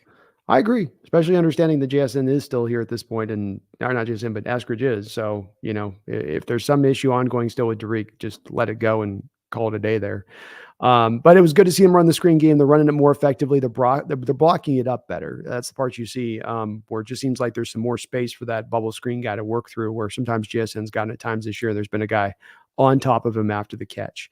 So I think it's execution as much as anything, but it's also been them timing it up in where it's on these blitzes, where you get the 6-man blitz from either the Ravens or from this past week, the Commanders, and then they don't have those extra guys down the field to deal with the screen game. One less defender there to make that tackle, to free it up a little bit more. And that's how you take advantage of those blitzes if they're going to proliferate their game plan against your offense with so many of those calls. Go to that as much as you can and slow them down, make them have to be a little hesitant. And that's what that does serve to do over time, if you can run it effectively. Right. I agree. Part of the thing too is we haven't ever run it effectively. So, and our teams can anticipate we didn't run it effectively. So then teams didn't have to prepare for it or even play like we'd ever call it. Now they're at least going to have to probably start to do that, which should then free up other parts of the offense that they're able to cinch down on when they don't have to pay attention to the other parts like that. Hopefully, ideally, Yeah. right, Brendan? Yeah, hopefully that game represented a turning point and not just a fluke. Yeah. Yeah. I'm hoping so. I'm hoping so, NR. I hope you're right on that one. Thank you for that donation. Let's talk a bit about this secondary, Brendan, as we get into this kind of final parts of this game. Witherspoon, has he wrapped up Defensive Rookie of the Year here in your mind? Because he's kind of starting to get. I know we got a lot of games left, maybe not fully wrapped it up, but he's putting the ribbon on. He's taking out the packaging. He's got the scissors in hand. So okay, maybe it's not completely gifted at this point, but he's down the road, isn't he? Yeah, I mean, in terms of earning it, it seems like he's there, right? I can't imagine a defensive rookie like when was the last time we had a defensive rookie in the NFL period be this effective, be this good? Like I think he's better than Sauce was last year, for Mm-hmm. just as an example, and that's going to be the big comparison people make because it's another defensive back, but he's doing it all, and I know his tackling has slipped a little bit over the last two games. Like he missed another one in this most recent game, but it's hard to imagine a defensive rookie who missed the entire offseason basically being this good. It's tough. It is, and he's probably a little bit of a rookie wall you start to hit at this point in the year, right? You're a little bit. You're getting. I know he had got most of training camp out, and he was out the first game, but it's probably a little bit of wear down. But he's been overall a very consistent tackler. Almost had another interception in this game, Brendan. He's got to get to work on his hands this offseason. He'd have already, I think, like 4 or 5 interceptions if he could catch. So got another hand that was right in his hands. He jumped throughout 3 passes defensed in this game. He shows another thing. It's like Bobo, where every week they do something else different and new that they hadn't done the prior week. Well, this week we got to see him go in there with Hal trying to do his I'm going to act like Tim Tebow and keep, grinding forward like a fullback after I've already got the first down. And he just rips the ball free, something we've not yet seen from him. And it's just every week he kind of Right. does something new or different that's unique, that shows his value as a player. Yeah, he's coming at this absolutely the right way. I love he's one of the most entertaining cornerbacks to watch, I feel like. Oh, he Is is. another element of this here. I just hope enough people are watching it to understand what's going on here with him. I think they did credit him with the game time touchdown though in coverage, which Oh, okay. I don't know if that's true or not, but he is the guy getting pinned on that, which is too bad because it does really kind of diminish the game that he had in some ways. But yeah, it's I'm very excited to see where this goes. And he was a guy who was not out there against the Rams in week 1, and now he's going to get a chance at that team this week. It's going to be a very big part of the battle. We'll be previewing this on your channel here on Thursday, but a big part of the battle is you have him in the ranks to deal with those slot guys. Because the one thing you can say about him in every game he's played so far is there has yet to be a slot receiver for the opposition this year in facing the Seattle Seahawks outside of that Rams game where we got decimated by the position that has been able to flourish with Witherspoon there in the slot. Every single game he's been able to put the clamps down. This week it was it's not Dotson, but it's the other kid, Samuel. I mean, Samuel Yes, wasn't able to get anything Curtis. done in this game. Curtis, Samuel Curtis. So hopefully he can keep that up this week. We're going to need to lean on him as you're going to have basically 2 slot guys on the field at any one time here with Puka and Cooper in the way that they're running this. And so going to need that twitchiness, going to need that bounce, going to need that short area burst for this upcoming matchup. Guy who I think had his best game of the year so far and who's really been starting to come on strong now, finding his footing, is Tariq Woolen. For my money, I thought that he was aces in this game, had a breakup, was tight in coverage on a sideline route to the other side of things. Really happy with where he's been progressing forward here this year. We're a little bit of a rough opening beginning there, but he's coming along, isn't he? Yeah. I think this game was an indication that he might be over the surgery that definitely was affecting him earlier this year. I think that's fair to say. I got no problem acknowledging that his issues were probably because of the surgery that he had. And yeah, I thought he played great. I think he allowed 1 completion on 6 targets, I think, in this game. He had the pass breakup, like you said. He recovered a fumble. I thought he played. He had 1 tackle attempt where he kind of got run over by the tight end. Other than that, I thought he played a really good game. And he's probably maybe he'll just never be a very good tackler, and maybe that's just something you got to live with. I don't know. I don't know how to feel about that, but the other parts of his game are starting to come along really well after a rough first half of the season, up and down. but he's starting to look more like the guy from last season for sure. Was really excited to see that. Yeah, I think you make a good point about the tackling. Receivers that become cornerbacks, you're naturally just going to worry about them a little bit. And I know we had Sherman, who was able to be very rugged as a tackler, as a receiver convert, but I think he's a little bit of the exception to the rule. Trayvon Diggs, for instance, with the Cowboys, another guy like that, where tackling's not always been his thing. And he's a receiver convert back at Alabama who went to cornerback position. But they didn't like him on that. They gave him like a 25 grade by PFF and won in the tackling. But he was awesome in coverage. The coverage skills have come back to the forefront. He looks sticky out there. And the combination of him and Witherspoon and then Trey Brown working in, who I thought Trey Brown had a good game, where is one of those moments as a cornerback where you're going to give up some catches.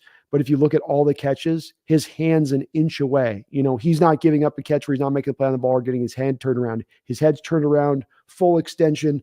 Ball, like if you're doing slow motion, the ball would be just going past his outstanding fingertips, and then Terry McLaurin makes the catch, on a slant route or something. I thought he played still a good game. He still had a really good year. It's just that he just, receiver made a great play. Quarterback put it into just the perfect throw in the perfect spot on some of those throws. And they were slant routes. They weren't short. They weren't big plays hitting him down the field. It was just short little routes they were hitting him with.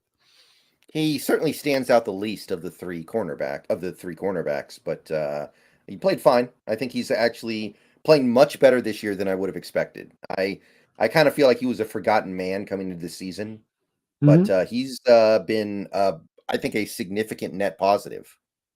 I do too. And he's allowed you to be able to work in Witherspoon to that slot because you don't have just an empty space out there at the corner if you don't have him out there on the outside. It gives your ability to really make everything as versatile, much like having Leonard Williams frees up Draymond Jones to go to the outside and the edge. Having those things kind of fits things through right like that.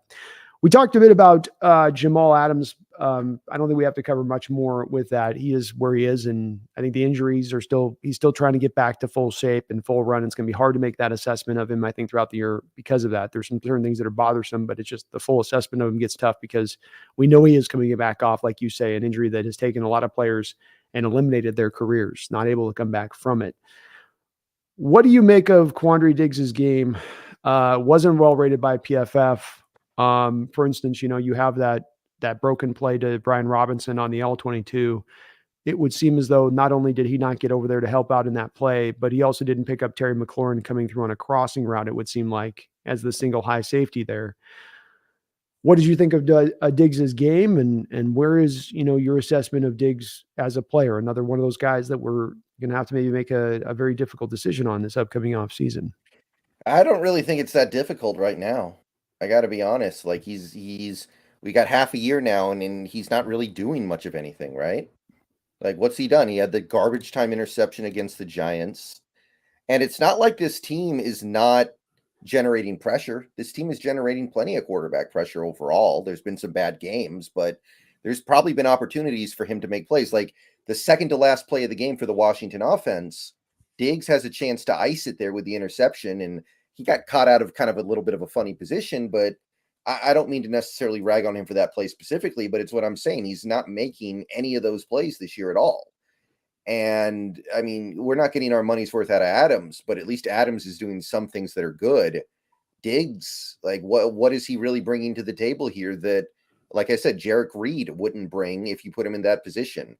Maybe we'd be getting beat over the top 5 times a game for big, long touchdowns if he wasn't out there, but I doubt it. It's hard with that assessment, isn't it? Because it's like, you can see the All-22 a little bit and you can do a little bit, but it's like, okay, so you're taking this thing away that they don't try, but they never try it. Is it, you just go, are they trying to attack other things in our defense when really getting at that? And there's going to be a quote I want to read you as we wrap this up here a little later, just a little bit on this in regards to this very point. But like you, I'm not seeing a lot of the same thing. And I understand the erasing over the top. I can see in those moments, like I say, when you watch on the All-22, you're reading the quarterback's head and you can see the head go up. That was the whole thing with Drew Brees. You could always see the small Drew Brees when he's looking deep. His little chin would go up like that on those throws where he's trying to look deeper down the field.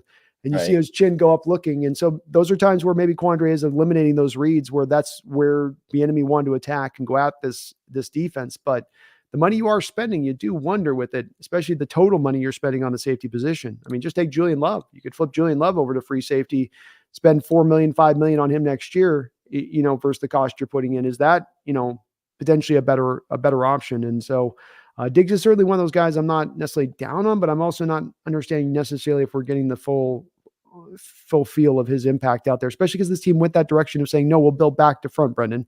We're going to build this defense that way. We're going to be in this new model. First, maybe what some of us have looked to have a call upon, which is more investment into the defensive line, that would be more beneficial maybe at times.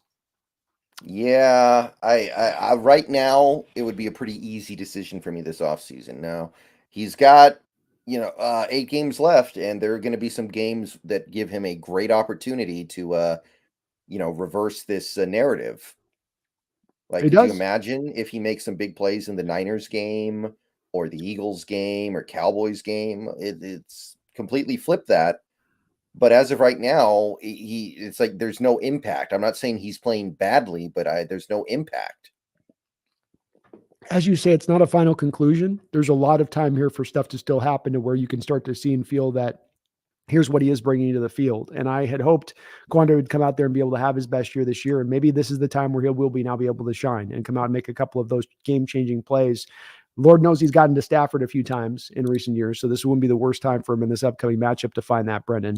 But I think, again, as he's one of these guys where you're looking at how can we create cap space? How can we create cap space to help other parts of the team that we need to build up on? This may be one of the places you make that choice is if it fits the type and continues on the current trek that it's on right now as it stands. Real quickly, I thought Dickinson punted a pretty good game. Wasn't anything over the top on his side. He was just solid, and that's fine. He was good. Jason Meyers, though, a guy we had been very worried about being that he was due for a down year with his good year, down year thing that he's done throughout his career, is actually now starting to turn this into a very, very good year here, making 5 field goals in this game. I think it was hit all 7 of his kicks in total. Jason's been money well spent, that $5 million so far, huh? So far, we're looking pretty good here. Made all of them with relative ease, it felt like. And we're definitely trending in the right direction with him. And I would say that as the year goes on, hopefully the offense gets better to where we're not kicking so many field goals like that. So figure something out in the red zone. Yeah, but for now, we need those stupid 3 points. We need those stupid 3 points when we get the drive going partially. So it's been nice. It's been good. He hasn't cost us any games yet. I don't think you can pin anything on him. No. So far this season, he's missed kicks. He's had bad kicks, but also Chris Stoll, PFF released their midseason All-Pro team, and they put Chris Stoll first team. Ooh, look at that! Hell yeah, let's go. So we, I guess we hit the jackpot. Offensive Rookie of the Year, Chris Stoll. I mean, they need to make a special teams Rookie of the Year, right? Like, what's up with that? Yeah, why can't they get no love? I don't get it. Why we got to make them the redhead stepchild? Come on, give them some love, Brendan. Yeah, I mean, it's him and Jake Moody, and Moody blew the Cleveland game. So, what are you gonna say? Every one of Moody's kicks is like, even the ones he makes. He made one in that game where it went over the top of the crossbar, and it was like they're like, well, we think that's kind of. It looks like he's going to be a journey on every kick for that Niners team going forward. Yeah. Apparently, if you watch football with Adam Carolla, he inevitably goes on some rant about how the uprights need to be taller. Oh, he's taught laser beams. He's big on the laser beams. He wants laser beams to the sky. Yeah, like if you watch football with him, he'll start just going on about that until you really don't want to talk to him anymore because he just goes on for way too long. And he's been on that one for 20 years, bro. So he's been that's been one that's been stuck in his craw for a long time. Where it's like, come on, man, they're not going to change it. Just let it go, let it go. I want to read you a quote here, and I want you to make sense of it. And I want you to make sense of this quote first. Let me set this up. The Seattle Seahawks changed their defense 2 years ago from what was a very simplified cover 3 scheme to what they mainly ran. And Coach Carroll said, we're going to make our changes here. We've had to change our ways. We waited too long to make this change, get away from the simplicity, get more to a complicated. He didn't say that, but that's what you're thinking. I mean, logically, if you're going from one thing, you're going to go to something else. The thing to go to would be complication where there was simplicity before. I'm going to read you a quote here that is from Eric Bieniemy as he was leading up to this game this past week. And with what I just told you, explain to me and make sense of this quote to me in the understanding of what we think this defense is trying to do and what we think this defense is trying to be. We've got to go out and execute our offense better than they execute their defense, Bieniemy said. They're not a defense that's going to cause any confusion. because they're going to play straight up and try to beat you with their best. Our job is to make sure that we can go out and do what we do best. Yeah, that was the quote that circulated a lot leading into this game. I saw this one all over Instagram and X.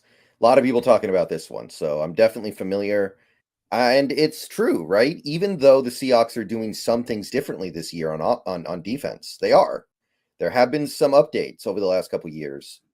It's still not a team that disguises their coverage very much. I think we're right near the bottom, if not the bottom, in disguising coverages. We are literally at the bottom in 6-man plus blitzes. So the statement is still true. It's not as true as it would have been 2 years ago, but it is still very much the case. And I'm sure this is how most offensive coordinators think going into these games. And it's discouraging to me, Brendan, because it starts to feel a little sleight of handish in this whole changeover to the new scheme. It starts to even feel less like a hybridization and more like we want to keep the old scheme and drape it with a simple, very thinly sheet of veiling drape over the top of it to make it look like something else. And part of my assessment here with this team and in the future of this team, and where we look at them is the adaptation, the updating, what we've seen kind of go on the offense for the most part, and looking for that change to occur on the defense. And I've long said that I feel like this rebuild and where we go is going to be driven a lot by Carroll's hopefully lack of reluctance, hopefully an owning of the fact that he's got to update this defense and update some of his ways to find new footing in this modern NFL. But I start to worry a little bit when I see quotes about that or the stats that you just quoted yourself into thinking, well, maybe we're not going to get to that stage of things. And is that going to be a single inhibiting factor? Because I do truly believe that that defense of the old, that simplistic style, that we're just going to line up and play it straight up thing, got beat, got solved, and good teams will continue to solve and beat it as we go forward. Good offenses will be able to do that. And we haven't exactly had this year in offenses we faced the toughest of the toughest that we've had to deal with. And that is kind of going to be coming up a little bit more as we go on to the depths of the season a bit. And so that's where that challenge comes in. There's so much of this, Brendan, in this assessment of individual players and scheme that I'm going to be making on. But if I see simplisticness going forward, Brendan, if I see this defense going through and we've got now what I think they expect good offenses that will be able to take it to this defense if they're this simple, it's going to make me really reluctant to believe that we're going to have the defensive makings to take this team to a contending team into the future, say nothing of this season, because I think that type of defensive styling has topped out. Do you feel the same way? Well, one counter that I can think of, if I were to present it, and it's not what I believe, but one counter that I would present is that fundamentally, Pete's cover 3 is designed to prevent big plays, right? Mm-hmm. That's why he loves it so much. He thinks it prevents big plays. That's become kind of the modus operandi for most defenses in the NFL. In fairness to him, most defenses have become so obsessed with taking away the big play that a lot of these offenses have given up trying to make big plays. We talk about this sometimes. There are a couple of offenses in the NFL that are built around a lot of big plays. And it's very different from how it was even 5 years ago. Teams are sitting back in these shells. Do those teams layer in that protection though with complexity? Meaning we show you we're going to protect, but we also show our hand that we're protecting. Some teams will show you a stack front that they drop into, or a single high that becomes a cover 2, or as you say, there's what you see is what, like you mentioned on the stat of what you see is what you get with the coverage that we show prior to the snap. And so that would be my thing with it is I'm okay if you want to protect against the deep ball, but that still doesn't mean that there doesn't need to be complication in there. And the drive towards a simplistic nature defensively is one that hasn't necessarily borne a lot of fruit for you in the recent history. And I don't think it's going to bear a ton of fruit for you into the future if that's where you're going to lean into over and over again. And this team seems to fall into that habit a little bit too often, I think, of leaning towards simplicity when all else fails. And it's like, go, especially like we said, Brendan, here on the 6-man blitzes, you found effectiveness to it. Every time I see, much like our offense, when Waldron's creative and moving guys pre and post snap and being at his best where it doesn't feel so stilted and every A and B gap runs and everything's predictable offensively, you're flowing, you're going. And likewise, defensively, when you're bringing those stack fronts, that Giants game, blitzing from every angle and bringing this guy here and bringing that guy there and then dropping out in the coverage, you're maximally effective when you utilize it. But then just you decide to go away from it. It's like that. There's that pull always to then slide back to simplicity, slide back to protective, slide back to playing it straight up. And that's the part I don't understand. It'd be one thing if you ran it and it failed. It'd be one thing if you ran it and you got bit on the back end on big plays getting hit over the top. But that running back play to Brian Robinson, that's a 4-man front, Brendan. It's a 4-man front play that occurs on with Jamal blitzing. So you're bringing a 5-man blitz on that. You still have a lot of guys in the back end, and yet you still give up the big play. You still end up the thing you're trying to prevent is not then prevented. And that's the part that, as much as anything, drives me most crazy about it, is it's not actually accomplishing the thing that it necessarily is suiting out to accomplish. Yeah, there was one play in this game that I wish it had worked because it almost worked. Witherspoon faked that he was blitzing at the snap, and then he looped back out of it. Mm-hmm. I don't know if you know what play I'm talking about. It was on the left side. Like, he's at the line of scrimmage. He loops in like he's blitzing, and then at the snap, he goes back, and Howell throws it right at him because he thinks, oh, he's blitzing. I have an easy completion over there. But the throw was so bad, Witherspoon couldn't get to it. And I was like, man, if he had just made that I do play. remember the play, yeah. I think I think what happened is he short-armed it, like Howell was in the middle of his throwing motion and then went, oh, he's there, right? Like he kind of realized halfway into the throwing motion and then just sort of, because he dirted it bad. It was like, yeah, it wasn't even close. Yeah. But I was thinking to myself, man, if he had picked that off, maybe Pete would have like latched onto that and been like, wait a minute here. Wait a minute. But no. But yeah, you see stuff like that and you're like, this seems to work in small doses. And I understand there is diminishing returns. The more you go to something, the less effective it's going to be. But I don't think we're at the saturation point. Not when you're 30, not when you're 32nd in the league and running 6-man blitzes. You can't say you're at saturation point when you're 32nd in anything in the league. Mm-hmm. So yeah, I do agree. I don't like it. I mean, maybe it's a question of like baby steps. Maybe this team is just moving way too slowly for any of us, but they are moving. I mean, there have been some changes over the last 2 years. Maybe it's a question of he feels like he doesn't have the right players to do it. I don't know why. I mean, he's got these 2 killer man corners. Yeah. He's got Adams, who is a versatile safety. Now, Diggs is the definition of a one-dimensional safety. Maybe that's a limiting factor here, but you chose to keep Diggs a year and a half ago. So, well, even in Diggs' case, though, he's got the background as a strong safety in a slot. We haven't asked him to do it, but he's supposed to have the skill set in his bag to do it. You know, you just never tried to have him do it. You've never done the split safety look. You just put him back as a single high. Right. So I don't know. I do think that in game, it's hard to not lean on your instinct, right? Mm-hmm. Like you can plan to do things a certain way, but once you're in the game, even as a coach, you're not even playing, you're coaching. You just kind of lean on your instinct because things are happening so quickly. And it wouldn't surprise me if that's kind of how it goes. Pete has this plan to do things a particular way, and then the game starts and he's going back to the stuff that he's been doing for decades. And quite frequently, we have these coaches who we know are smart, who we know are good, who do ridiculous things in game at the weirdest time. And we're just wondering how could you possibly think that was a good idea? And I think most of the time the answer is they didn't have enough time to really think about it. Like, even though they're making millions of dollars, they still end up doing things that they 2 minutes later realize, wow, why did I do that? Like Sean McDermott sending 8 at Wilson on 3rd and 10 when they were out of field goal range last night. Yeah. I think if you asked him 2 minutes later, it would be like, why did I do that? That was so dumb. That made no sense. Why did I blitz 8 guys? Yeah. And you see stuff like that all the time in the NFL, and it makes these very smart people look very stupid.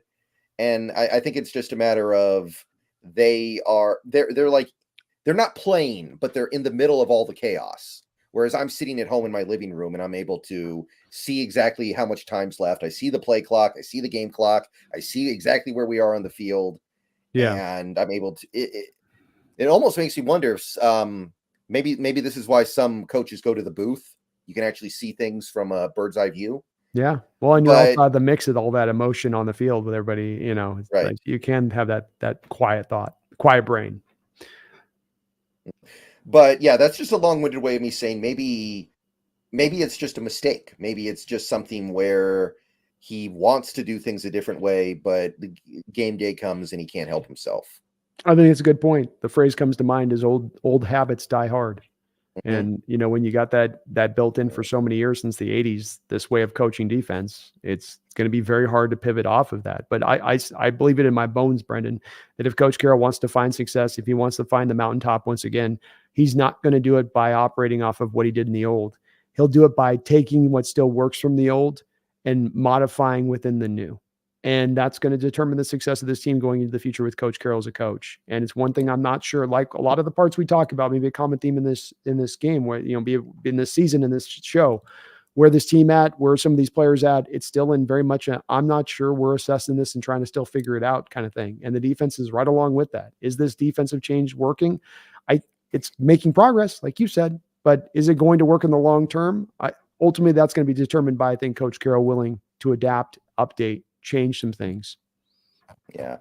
And I mean, we have to judge the defense at a certain point, right? Like, this defense is, I think, 22nd in the league right now in points allowed, which is bad. Like, that's not even below average. That's bad. I get these comments from some people saying, hey, our defense is great this year. Our defense has been great. I'm like, no, not collectively. Maybe this game they were great. Maybe that game they were great. But as a whole, it's a bad defense. It's slightly better than last year. Yeah.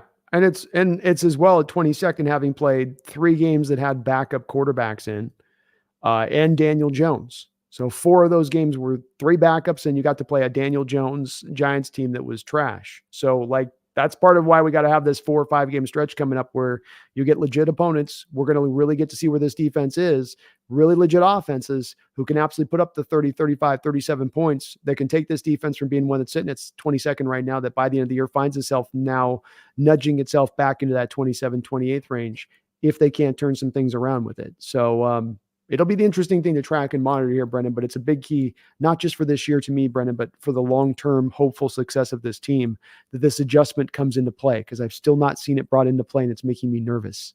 I'm getting a little bit worried that, again, it's that draping theory, that they just sort of draped it over the top. It still is what it is beneath, but there's this thin veneer over the top that sort of fools us a little bit. Yeah, and I mean, I've heard countless stories through the years about coaches who care more about doing things their way than even winning. Yeah, They I've heard the same. I mean, this is an old story, but back when before the Super Bowl era, the Steelers, they had a strategy where every game, first play of the game, they would run fullback dive. And it got to the point where opposing defenses just put 11 guys in the box, and it didn't matter. They kept running fullback dive. And the owner eventually said, hey, can we do something else on the first play, please? Can we throw it deep? So they did. The next game, they got a touchdown, but one of the offensive linemen had false started. And later the head coach admitted, I told my player to intentionally false start because I didn't want the owner thinking that he knew better than me coming down and trying to tell me what to do. Ego and pride, man. That's definitely a big thing that exists in football and these people at times. And I think you're on the button with this one, where it's one that causes them to do things that even goes against their own best interests. And that's the part I think you're talking about that makes me worried here, that we have a little bit of this at play. And I'm not certain it is. Like you said, this is going to be an assessment that we make throughout the whole part of the year. But this was the thing I was looking to be kicking into gear this year. We saw Waldron's offense kick into gear in year 2. We're supposed to be into year 2 of this defense. We have Adams, we have Wagner, guys that can blitz well, Witherspoon that can blitz well. You've got the cover guys now to get this done. You have the players to make this new change work, but you've got to go to the new change. And that's a big part of this upcoming season for me, Brendan, in tracking this team and what they do. Phoebe Moore Seahawks, thank you for the $2 donation. It says Chris Stoll is from the factory you'd expect. Who is he from? I'm not sure. I thought he was Penn State, but maybe that was Jonathan Sutherland. Okay. I know one of our special teamers was from Penn State. Let me look this up. Chris Stoll. Yeah, okay, let's see here. Oh, yeah, he was Penn State. There you Penn go. State. All right, there we go. Chris Stoll, So Penn he's State. from those Pennsylvania steel factories? Is that the implication here? They're the long snapping steel factories. No, they produce, they've got a long line of long snappers. They start them out about 5 out there in the Pennsylvania fields. Thank you, though, Phoebe, for the $2 donation. And Chris Stoll, man, offensive rookie of the year. We got the defensive rookie of the year in Witherspoon, offensive rookie of the year in Stoll. That's how this is going to work. I like it. Garth Knight, thank you for a $5 donation and all your donos tonight, Garth. Very kind of you. It says, fellas, knife to the neck and no financials involved. Would you keep Diggs or Adams? For me, I keep Diggs because Adams seems like he wears makeup.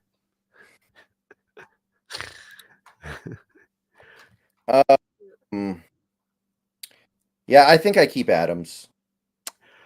Yes, I would. I would feel like with Adams, he gives you a pretty good year this year, even though there's these moments where you go, "What are you doing?" You know, like Brendan said earlier on this, Garth. There's times where he's playing a little out of control and not really just. I'm going to go 100 miles an hour and I'll just go somewhere fast and something good will happen. I would like to see a little more control from a guy who's been in this league many years to not play kind of rookie-ish at times. But I do have to think that he has a chance to be better after this year, especially understanding he's coming back from that injury. And he's been told, like he talked about in the presser by his doctors, a sore kneecap this year. It's going to take you that extra year to fully get back your bounce and all of your full juice that you once maybe had or close to what you once had in your legs. So I have hope there where Adams' upside can come into play. With Diggs, he's got one more year remaining on his contract, which means that on top of with Adams, I have to make him a post-June 1st designation. With Diggs, it's one more year. So that means there's a very light amount of bonus money I've got to eat on the dead money of it to release Diggs. And so when I throw that all into the fryer and spin it up and all that, I think Diggs is the one that makes more sense at that point. Yeah, I could see Adams becoming a big plus player again. I think it's on the table. Diggs, I mean, Diggs is also past his prime in terms of age. He's on the wrong side of 30 now. Maybe the problem is he's just old now. That might be the real problem. And acknowledging too, he had the injury he did where it's, maybe he's not ever come back to that full point as well. And this is the part you got to bring into your evaluation. It was the thing I worried about with Diggs is that you're paying for past performance, not what he was necessarily going to bring to the table in the future. And I've been hopeful that he could be better than he's been, but what we're paying him is not necessarily bringing us back the equal returns on that other side of it. And some of this could be just him in single high safety situations all the time, Brendan. But I think some of it too is that we're not getting quite that bang for that buck on that. And but this is all again been driven by Brendan. We're going to have to make a move, right? Somebody major here along this way is going to have to get clipped out. We're going to have a haircut somewhere. So it's a matter of which is the guy that's going to be that guy, or two guys potentially even. And maybe it's Geno and you keep Diggs and Adams. Maybe it's Diggs and Adams and you keep Geno. But there's going to be some guys you're going to make some choices on here that you have to make the choices on. $7 million that just eats up the reserve fund alone. That doesn't cover your salary cap you spend or free agents you want to bring back or any of that. So they're going to have to do something, man. They're going to have to do something. Right. Guard Knight with another $5 donation says, listen, I'm willing to wait as long as it takes for Adams to pay off. Let's check in 12 months from now. Well, I'll say this, Garth. I'm not, if he gives you a middling season next year again after that point, then certainly you're a little close. You're one more. Now he's got one more year remaining on his deal. So then getting out from that deal makes it easier. If you were to cut him after this offseason, you have to make a post-June 1st designation. And that means the dead money is going to be on 2 years at that point. That's a part of the factor that I'm bringing into this at play a little bit too. But I'm fully, if he comes back after this year, comes back next year, and you're not married long-term, I would say to him, Garth, but I'd roll with him at least for the time being. He's giving you something on the field, at least something. Yeah, I think I agree with that. And again, Adams is much younger, so it's much more likely that he bounces back than Diggs. Diggs at this point might just be an issue where he's past his prime because he's older now. It is what it is, right? They'll be 32 years old or something like that. So, there's not a lot of, I think, free safeties at 32 playing in this sport at this point and playing at a high level, I would say, in addition to that. It's just father time catches up in football quick. It does not wait around. It jumps on you, especially your running back, even in your late 20s. It'll clip you up. So, yeah. Just the way it is there, Garth. Just the way it goes. Garth with another donation. Thank you, Garth, for all your donos tonight. I think you're a quad dono spot. He says, don't ever give up on 33 ever. No, I ain't never going to, man. Can't do it. Won't do it. Never do it. Teddy G, thank you for a $5 donation as well. Teddy, appreciate you for that. Says, way too soon draft talk. Oh, Teddy. Not the case. Not the case with me and Brennan. We were getting started on this in August, man. It's never too soon. Says, what round would you be willing to spend on a quarterback to sit behind Geno? I don't really look at things like that in that way anymore. I think the answer is you follow your board, you follow value as best you can, and wherever that quarterback is, you do it. Wherever that quarterback is, that you think makes sense for the pick that you have, you do it. If you get to your first round pick, let's say your first round pick is 26 or something, and you really like Quinn Ewers or you really like Michael Penix, and he's there at 26, you do it. But if those guys are not there, then you don't do it. You take something else, and then your third round pick comes around, one of your two third round picks, and if you like Cam Ward and he's there, you do it. If Bo Nix is there and you like him, you do it. I don't think there should be some sort of artificial ceiling on where you spend that pick on the quarterback. It should be when you feel like it's correct. Agreed. Teddy, I'm kind of right with Brendan on this one. Number one, the success we've had by trusting value in our draft board recently overall in other positions has borne out two of the better drafts we've had in our organization's history. You got to let that be then your guiding light as you go forward. Then I also understand that John Schneider, I think, has a pretty good eye for quarterback talent. Let's look at John Schneider here and the Matt Flynn contract notwithstanding. He's the guy that drafted Russell Wilson in the third round. They're the guy that rolled with Russell even afterwards and got good play out of him when they trusted him to spend the money on the contract then there for him. He was the guy, Josh Allen and Patrick Mahomes' pro day, which would lead me to believe in a lot of respects that he had a pretty good healthy fascination with it going to these guys' pro day, knowing it was probably going to cause some blowback with Russell's people, but he wanted to get a look at it. He wanted to get down there. He loved these guys and what he saw on their tape. Looking pretty right on that. Right as well on the Geno Smith contract. And not the contract, but on the trusting Geno and just going, we're going to ride with Geno as the option now that Russ is gone. And people laughed at him. Let's remember, people laughed at him for making that choice. You know, it gets lost a little bit, but they were looked at and scoffed at for doing that, but they were proven right. And what I take from that is that John Schneider may not be as this good at all positions. You know, much like Carroll's the cornerback whisperer. I don't know if he develops all positions as well, but there's been enough recent history to me with John in dealing with the quarterback position to believe that whoever he targets, like Brendan says, will be the right guy for this team. And if that's a first round guy that he's got to package multiple first round picks to go get, which John has never done, I'll support him on it because I support the fact that I've seen enough of him in his lay line there where I'm going to go and find the right guy. I have a good eye for quarterback talent. You feel like that too with him? Yeah, I would say so. Although, wasn't he also hot to trot on Baker Mayfield? Man, I don't know about that. I don't know. He wasn't at the pro day for Baker Mayfield. I'll say that. No, the thing with that, Brendan, I thought with that was this. What he was doing, they were negotiating with Russell's people at the time. Russell's people were asking for a percentage of the cap. So he did that was Cleveland at their worst thing. And he sort of called Cleveland like, hey, what would you think about Russ for the number one overall pick? And I think that was, by the way, a draft that wasn't that the draft. You got a couple other guys out. I don't know. But I think what he was doing was then he could come back to Russ's people and be like, hey, you want us to ship you to Cleveland? You don't start to come down to a realistic place here. Because remember, Russ at that time didn't have a no trade clause. Right. That was what drove the whole no trade clause after that fact was that whole Cleveland Brown thing that they told him about. So I don't think it was that they were intending to draft him, but I think it was that they were trying to scare Russ into getting a contract signed, and it might have worked. Russ signed a contract after those potential rumors were kind of out there. So, you know what I mean? I mean, that being said, if we spend our first round pick on Quinn Ewers, I think you're going to be hesitant on that. You're going to, you're not going to just say in John we trust, right? You're going to say, hey, it's great that John really likes this guy, but I personally don't see it, right? Yes, but I would have more of there's times where I'll say this sucks and this is going to suck. Like when Jordan Brooks was drafted and I said, I don't like this pick for reasons A, B, and C, and D. There's no benefit of the doubt on this pick. I don't like this pick. This Eskridge pick happens. I don't like this pick. There's notwithstanding. Here's the reasons why. With that kind of thing, I could say you're right. Okay, I'm not big on this Ewers situation, but at the same point in time, that trust of John will factor into where at the end of the day, I'm going to trust in his decision-making because I'm not the grand poobah on any of these guys. You know, like there's things that I'll have hard opinions on, but there's other ones where I'm like, well, I maybe just, quarterback position is one of the hardest to evaluate, Brendan. It's the maybe hardest to evaluate out there that exists. So I will have a little bit more benefit of the doubt on that one than I would on other picks that we've made. LJ Collier.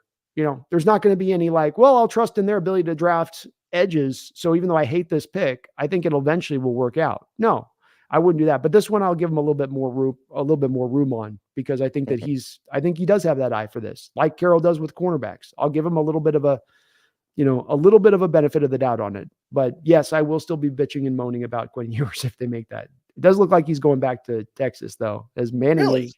Manning is going to transfer. So your Manning's going to maybe go to University of Washington, man. Ooh, wow. Wow, wow, wow, wow, wow. I gotta I gotta go. I gotta stand up. I gotta stand up so I can sit down after hearing that one. Okay, I gotta stand up. Now I'm sitting back down. You know, Washington's on the phone. Like, oh, you want to run an offense, Arch? You want to run an offense that's going to cook and put you on? Like, we lose Michael. We don't have an answer here. Come on up. Oh man. Oh man, that would be fun. That would be fun. But Yeah. supposedly he is going to enter the transfer portal because rumors are that yours is going to be coming back. Yeah. We'll see. I do like the this super chat though. At the end, it says to sit behind Geno because I do think that's by far the most likely outcome here. I think some people are thinking we're going to draft a rookie, cut Geno, and then the rookie starts day one. The Mhm. rookies that we can get probably not day one starters. It's the place I've been trying to draw for the people that the anti-Geno folks into getting us to a common ground to where we can all kind of kumbaya this thing and to say to them that, okay, we have different camps that stand in here, the pro Genos, the anti-Genos, I'm middle of the ground on Geno, I'm wishy-washy. We can all come together on one thing. We're going to draft a quarterback. And if we're going to go draft the quarterback, then at that point in time, he comes in to compete with Geno, and it's not either this or that, it's both things. And then we all get what we want. The draftable people that want the next guy to be drafted, they're going to get what they want. And the folks that that are pro Geno, that, hey, let's let Geno ride out and see what he can still do now as the team gets better and better, they get what they want. And we have a potential plan for the future at the position. So it's the place I've tried to get to with it, Brendan. But that's been the part that I don't think people have put as much together on, is this will be a both thing, not an either or. Yeah. You're not going to ride with just the rookie and be like, here's the job, Rook. You see what you can do. You're going to want that veteran presence. There's a possibility they could go the Drew Lock rookie quarterback if they determine that the price is much. Yeah, that is more likely, but you know that Pete wants the guy that he feels like is the best at that point in time. He's not the kind of guy who's like, I'll sacrifice this season for the greater good. No, I don't think he would be as well. He's going to want to go with the best. And, let's get no, he's not going to waste a season on just letting the guy develop. He's got to be better than Geno. But I like that about it, Brendan, because competition, as we've seen across the board, is the best thing for the team, even at the quarterback position. Having Russell and Flynn and Tavares Jackson fighting it out bore you out Russ to play the position. Right. Thank you, Teddy, for the donation. Teddy coming in with another donation. Thank you for the $2 dono. Says, do you think John outlasts Pete Carroll as a head coach? I think they leave at the same time. I think they're pretty well connected, which is kind of interesting that I say that because they clearly disagree so much. But I don't know. I feel like both guys go when the new owner comes in and decides I want my own guy. Yeah, Teddy, some of this is just drawn by the human nature of new owners wanting their new guys. And I've said that my theory on this is that new owners want to come in, even if they have good guys in place, to put in new guys because they want credit for hiring those guys. Because then when you win a Super Bowl, you can say, hey, I was at the start of what made this happen down the line. So I do think that John probably last year, as long as Pete does. There's a lot of talk, Teddy, of Pete retiring. I don't think that that's coming down anytime soon. I don't think that he's indicated that he wants to retire anytime soon. So in the case of both Pete and John, Teddy, I think that they're both going to be here for years into the future. I don't think that there's a sale coming down anytime soon.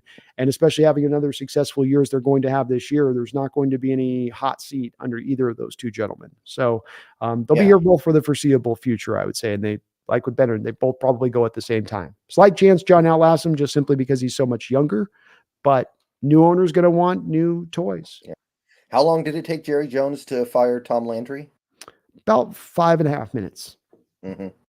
Yeah, and that's, at the time, he was one of the greatest legends in NFL history ever. Mm-hmm. Like, I think Tom Landry was the guy who invented the shotgun offense. That's right.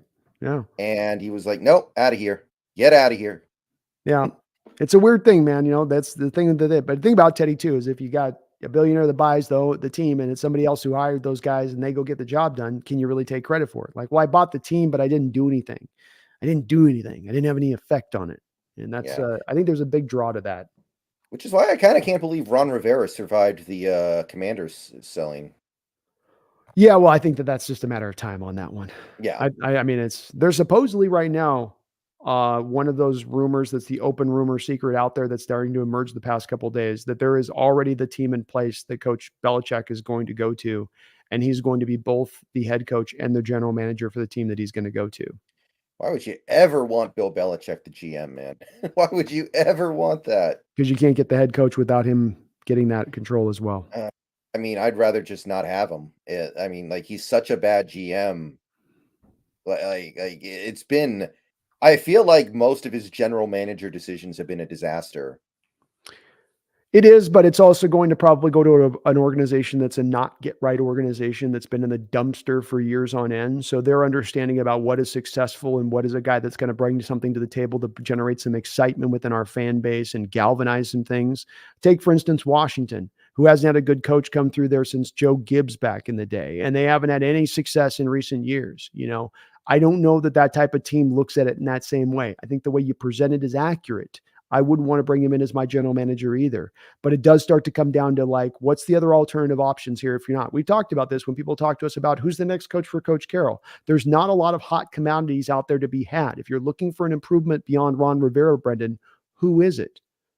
Who is the guy that's a better coach than what he is right there now? Because I think they're driven to want to move off of him for the reasons we just gave. New ownership, new change. Who's a coach out there that you would bring out instead of Ron Rivera? I mean, you could try to go the Lincoln Riley route, right? You could try to just I don't wow think everybody. Yeah, but he's not a wow hire at this point. His star is as diminished as it's been in the last 5 years as far as a head coaching job. They're not looking at him like he's doing a great job at USC. He's got the same record basically as his predecessor at USC. And that's with Caleb Williams. Yeah, I mean, Harbaugh's about to peel on out of Michigan, isn't he? That would be the other big swing you could take. That is another big swing you could take. But you could make the argument, Belichick and Harbaugh, you could have them kind of in the same level of, like, well, if it's, down to one to the other, then, I don't know. We'll see how it plays out. I think there will be a team that gives him that chance because they like what they're getting as the coach, and they trust in that so much that they'll overlook the fact that he's had diminishing returns as a general manager in the last 10 years. Right. Thank you, Teddy, for your double donations. I appreciate you for that. Addis the Gamer, thank you for the $2 donation as well. Says, hopefully this team can get their revenge. Beat LA. Well, it's maybe one of the one positive places for me, Addis, on this, that you lost that first game, is this team will be up for this game. They're not going to overlook this LA team. They got embarrassed. I'm sure they're watching that tape all throughout this week. I think that'll have you have them on their P's and Q's here. Yeah. We'll have a lot more to say about that on Thursday night, but I feel all right about this one, and maybe I shouldn't, but I do. I do as well, Addis. I think we're going to be on at this game. I think we're going to want to try to put our best effort out there, and I think we'll be enough to clip LA. I do. Let's get them. Oh, I missed another here. We got a lot of donos tonight. Thank you guys for all the donations in the chat. You guys are unbelievable in your support. Mega Lucario with the $2 donations says, how do you feel about Jared Verse if he falls to us? I don't think he's going to. I don't think he's going to fall to us either on this, Mega. If he does fall to us, would you take him? Is that, if you've got Cooper Bebe, if you've got Cooper Bebe, Graham Barton, Jared Verse, and Tavondre Sweat available for you at the end of the first round, which one are you grabbing, Brendan? If we're going BPA, I got to go Verse. I think he's the best player of that group. It's tough, though. I mean, he's not really playing that well this year. I will say that. Like, he's not had the monster year people anticipated. Yeah, and that does worry me. I get worried on these kind of pass rushers have that good year and then come back the next year and it's not quite as good. Certainly, he's getting a little bit more attention in double teams this year than he got last year. But when it comes down to if it's available between getting a guy like Cooper Bebe and Jared Verse, especially considering the assets that we have bore into the edge position, what we're paying Uchenna Nwosu, the 2 second-round picks in recent years, I think that there's a little bit of a drive to kind of overload that position when we don't have to, and that you're better to build another position out better. We're better with Cooper Bebe as our starting left guard than we are as Jared Verse as our 4th edge coming off the bench. That would be my opinion on it. You're probably right. Get back to me after the combine. I want to see how Verse tests. I do like Verse, Mega, but some of it's informed to me on this that as much as I like him, I think it's just, you can end up having too many. You can go get a 4th edge that's really functional and give you some pass rush and can give you some play without having to invest that into a first-round guy. On top of the fact we have to acknowledge these edge rushers don't often give you a lot of production right out the gate. You tend to have to wait for it a little bit. So it's like, we're going to be in go for it mode next year. We got to get guys to me that are ready to hit the ground and give us maximum impact, especially the higher drafted guys who are going to have the most potential. Radu Turkan, thank you for the $5 donation. Says, what do you think if we trade for Fields for cheap? I very much think Fields could succeed in our system. Maybe use your first to even help defense. Defense? Fields is bad. Yeah. That's how I feel about this. I understand that there's some stuff going on in Chicago that isn't his fault, but Fields is bad at quarterback. He's a bad quarterback, and I don't think much can save him at this point. Yeah, it's also a bit more complicated than making the trade for him, in my opinion, a bit, because there's a bit of a cap hit that he's going to carry with him, bringing him over just a tiny bit. When you make a trade for this guy, Radu, to me, the problem comes into play is that I don't know if I'm as hard-lined as Brendan is to say that he's bad, but that you don't really have an assessment that you can make of him at this point because of how bad Chicago has mucked it up. So I don't really want to make a trade for a guy unless I know he's an improvement or a helping hand, especially a guy that's going to carry a little bit of contract. And it's unfortunate that Chicago's done him that way a little bit, but he might also be a bad player and Chicago might have done him wrong. And I don't want to be the team to have to figure out what the truth of that is. Let some other team go out there and figure it out. Big thing with this too, for me, Radu, is my assessment of Fields coming into the NFL. And I didn't like Fields coming out of Ohio State. I felt like he was an overrated quarterback. I didn't like the fact that we heard words like last in the building, first out. My quarterback has to work. He has to put the time and the effort in. And part of me wondering in his development, his lack of development, has it been both maybe how Chicago has dealt with you and also maybe your lack of work ethic to improve your game, to get better? How does that factor in as well here? And it all comes down to the bottom line for me of we can do better and going in a different place, especially in this draft, Radu, that has so many guys in the second and the third round that you can target who can give you kind of, I think, similar, at the very least, a similar skill set to what you get from Justin Fields. I bottom line is I don't want to do it. I'm pretty out on Fields personally. I don't really like anything I see there. Maybe use your first to even help defense. And I'm a value guy, like me and Brendan have talked about, Radu, on this one. For you guys in the chat, I think you guys are going to get maybe a little bit wore out with me and Brendan in our response on this, because we'll have people ask us creative ways to ask these questions, but you're going to find that we are housed in a thought process here that is, we're stuck on this. We're not moving into the range of stretching for this guy in the draft or targeting this position in this particular place in the draft. I can't undersell this enough to you folks. That's the wrong pathway to go. It's the wrong pathway to go to say we have to get this position, so we target it here in the draft. That is what caused your drafts to fail from 2015 almost all the way up to 2020. John Schneider himself has said over a half a dozen times over the last year that very thing. The thing I just said, he said, here's the truth of the situation.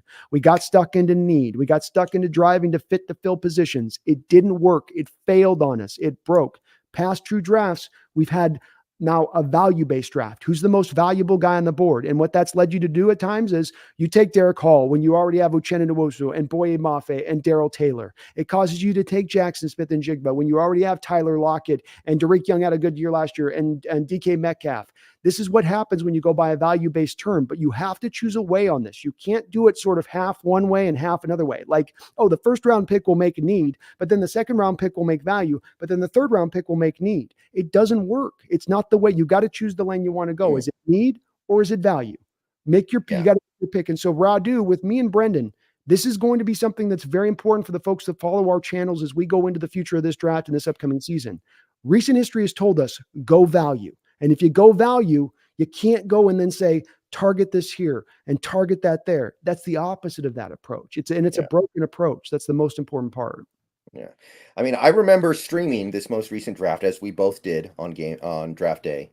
And when we took Witherspoon, a lot of people didn't like it, right? A lot of people freaked out about it. And I remember after that pick, I said, this is part of what happens when you're trying to do BPA. Sometimes you take a player at a position you already have another good player at.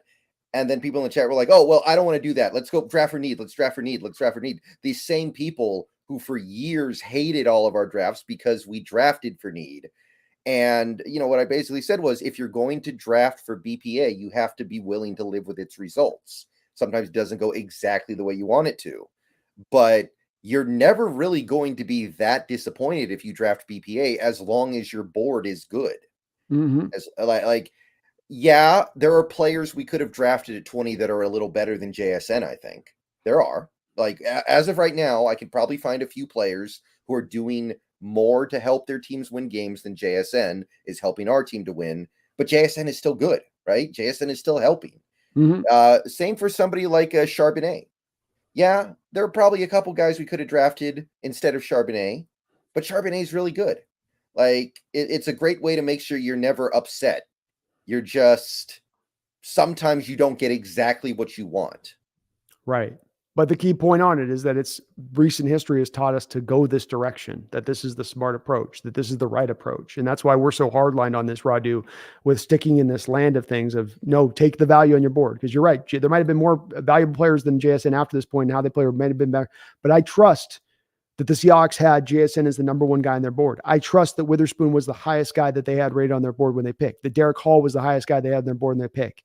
And in that trust, I think we're going to bear out the best team, and a team that truly can be a contender, where those teams in 2015 to 2020 were not contenders. They were very good teams, but they weren't contenders.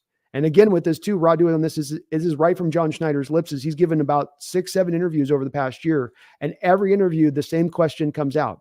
This last draft, how did you have so much success? These last two drafts, how did you kill it so well? How did you do so good? What have you done, John? What's the secret sauce? And every time he's been consistent in saying it's that we went to value and we went away from need. We got ourselves stuck in hell with need. We got to get ourselves to the promised land by going to value. And I'm going to be in this land, Radu. Brand's going to be in this land, and I promise you it's going to bring out the best results for our draft into the future if we can stay in this mode. It'll be the best team that you get at the end of the day from it. Right. Appreciate you, Radu. Thank you for that. Don't know, man. And good to see you in the chat too as well. Garth with another $5. Thank you, Garth, for all your donos tonight. Says, to be honest, what I miss most about Russ being gone is his agent and the stories. Mark Rogers is an absolute beauty. He's the Sierra of agents. Never heard him accused of that before. I've heard Rogers accused of many things, but never the Sierra of agents, Garth. That's a new one for me on that one. We know he's a baseball agent. Which baseball players does he represent, though? It's a couple. He's got a few under his belt. So quite a couple, but he's tried to apply all the baseball principles to football, and it just doesn't work when you have an actual salary cap. It makes it a little bit. Though, hey, you got to give Mark props, Brendan. I mean, he's got his guy contracts over and over and over again at the top high water mark. He's done his job by his player. No doubt about that. I have a feeling that after this Russ debacle is over in Denver, there are a couple of front offices that are just going to refuse to interact with him.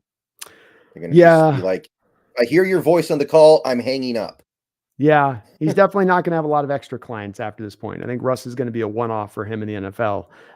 As there's probably been a reason he hasn't been able to recruit other players. It's worked for Russ. It's worked for that situation. Works when you're a star quarterback. I don't know if it's going to the approach work as well if you're in other positions in other places. Yeah, imagine if he was trying to represent running backs right now. People would he'd get laughed out of the room. He would. He'd be hitting him up 1 year after 1 year of production. Okay, we know these guys are going out quick, so you got to pay him now. Yeah. Imagine him trying to represent Saquon after the year he's having right now for the Giants when he hits the market. Never get a deal done, probably. It's coming eventually, Saquon. Just you got to trust the process. It'll come. They'll want you eventually on this. Yeah, it wouldn't be good. Garth with another dono. Garth, thank you for all your donos tonight, man. You're unbelievable today. Says, okay, fellas, but you're always unbelievable in that respect. Okay, fellas, life on the line, and you got to ride with the Rams of the Hawks, knowing Jamal Adams is involved in the game-deciding play. Who do you pick to win? Okay, so if it is the game-winning deciding play, it's probably a passing play because it's very rare you see a running play decide the game, right? Mm-hmm. That's just how the NFL works. So Adams is probably in coverage, where Adams has been excellent so far this year. So I'm going to say I would feel pretty good about that. Yeah, I would feel the same way, Garth. If we're talking about his first season, when he got by this point in the time of the year, he's already getting beat up in 2020 and starting to kind of be reduced down as a player, it might be a different answer. But we even have evidence of this in the recent Cleveland Browns game. The game deciding play there on defense. Jamal comes on the blitz, jumps up in the air, puts a header off his head, causes the interception. You get the game-winning play at that point in time. So, he's already been in this moment, and he's been able to produce for us with that. And I'm hard on Jamal and what I've seen from him so far. But I will acknowledge, like Brent said, he's played pretty good football overall. There's been some moments that have been like, oh, that does not look right. But overall, he is playing hard. He is going 100 miles an hour. But yeah, I would trust my life on the line, Garth. I trust in Jamal making the play at that point, as he did this year. Yeah. And I want to say, I think the bad tackling is league-wide. It's not just this team that is not tackling well. And honestly, our bad tackling has been kind of isolated to the last 2 weeks, right? Before the Ravens game, our tackling was the envy of most of the league.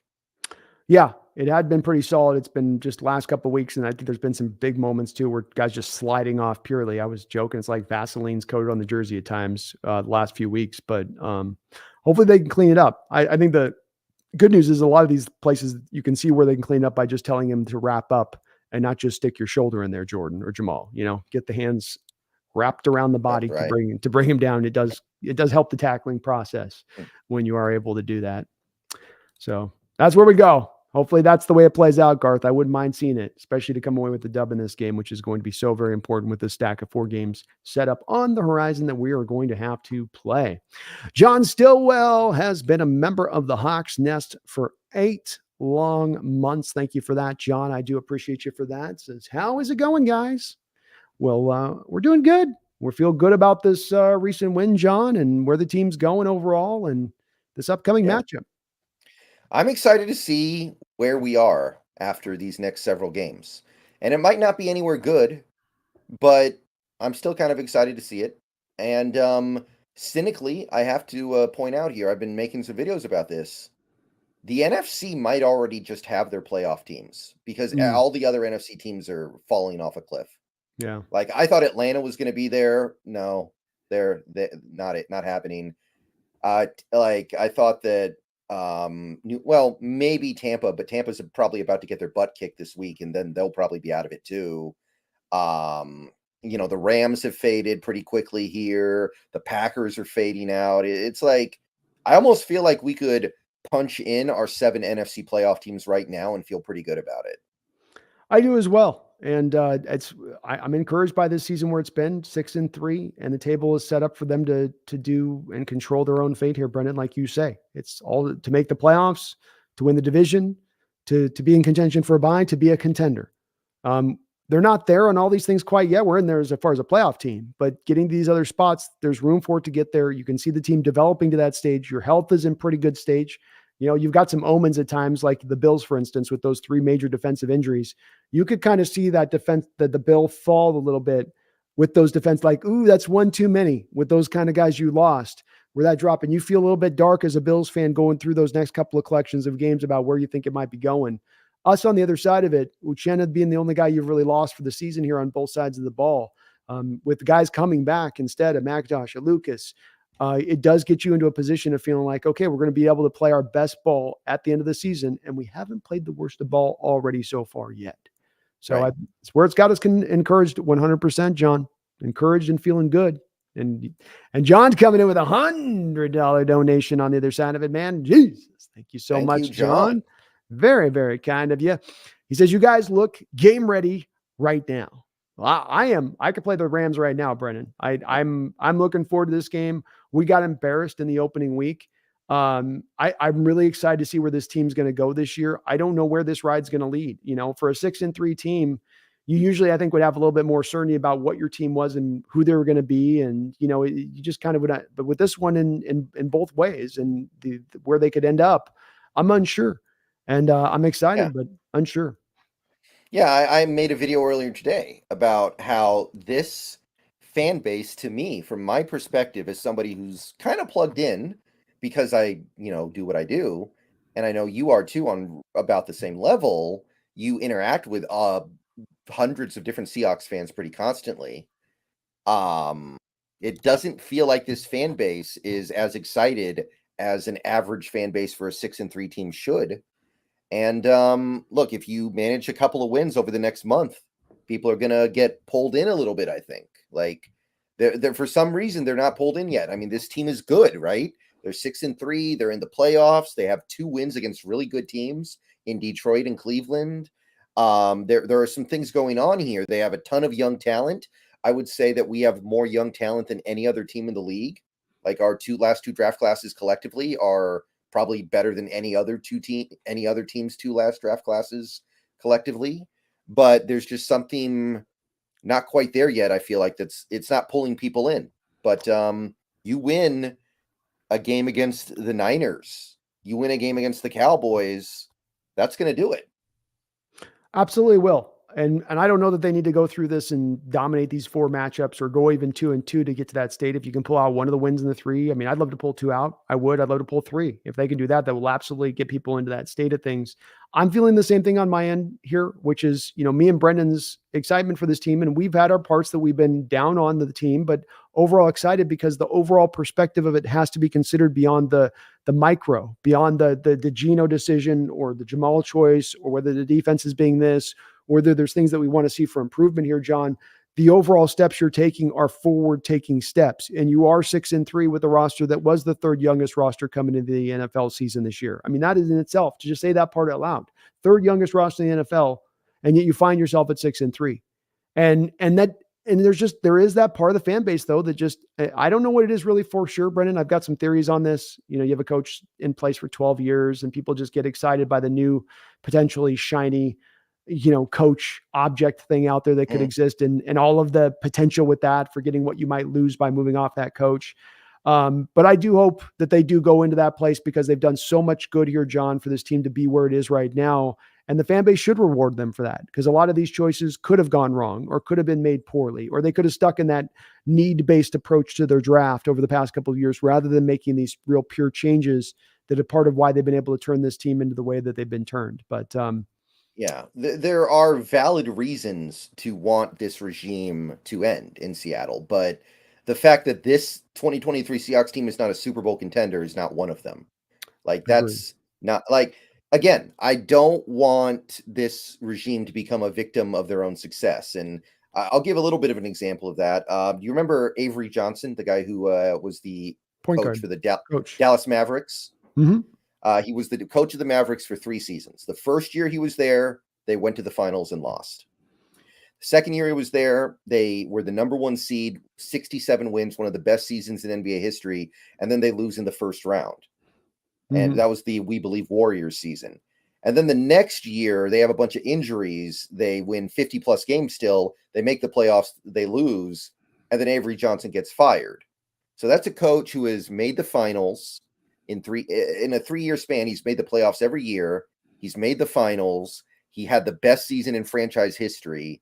And then he gets fired after a season where they still win 50 games and make the playoffs. And it was like, oh, that was because it felt like they fell so far from where they were. But in reality, that's a coach who's still doing a pretty good job, isn't it? Like, 50 wins in the West that year was no joke, but he got fired, and it kind of felt like he was a victim of his own success, because they were like, well, yeah, you won 50 games, but last year you won 67, so get out of here. You're getting worse.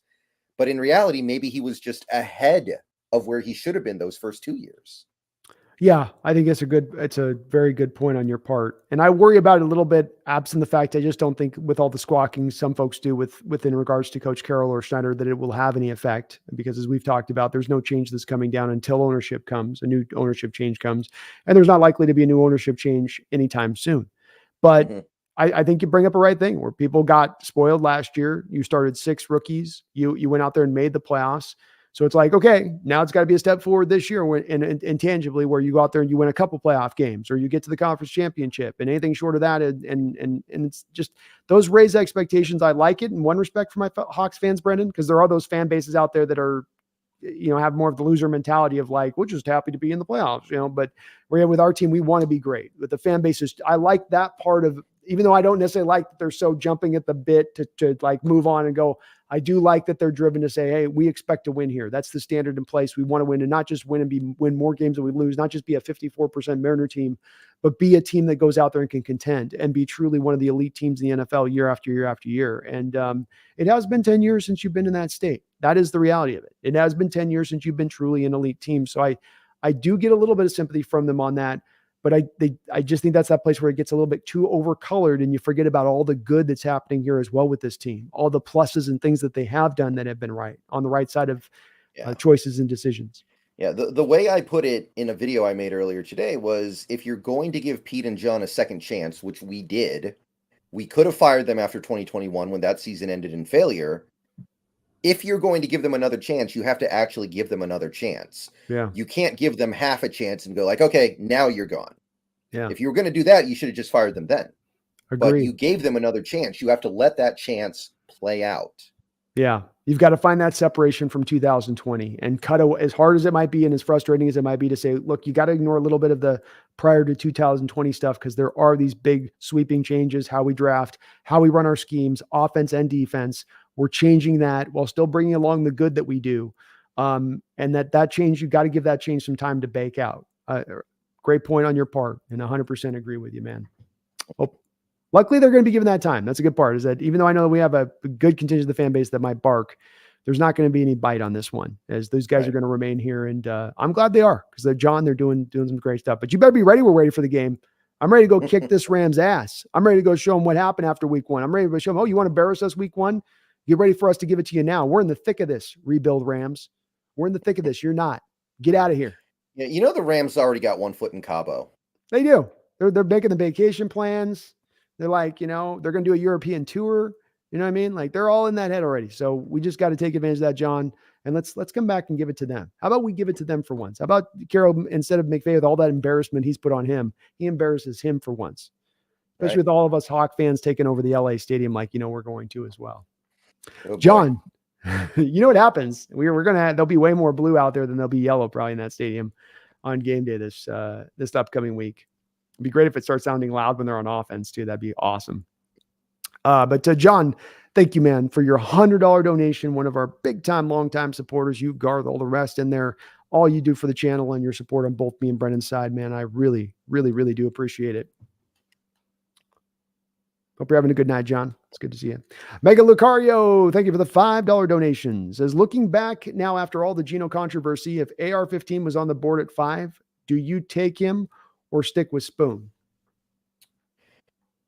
To me, the only hindsight discussion that is even worth having with that number 5 pick is, should you have traded up for CJ Stroud?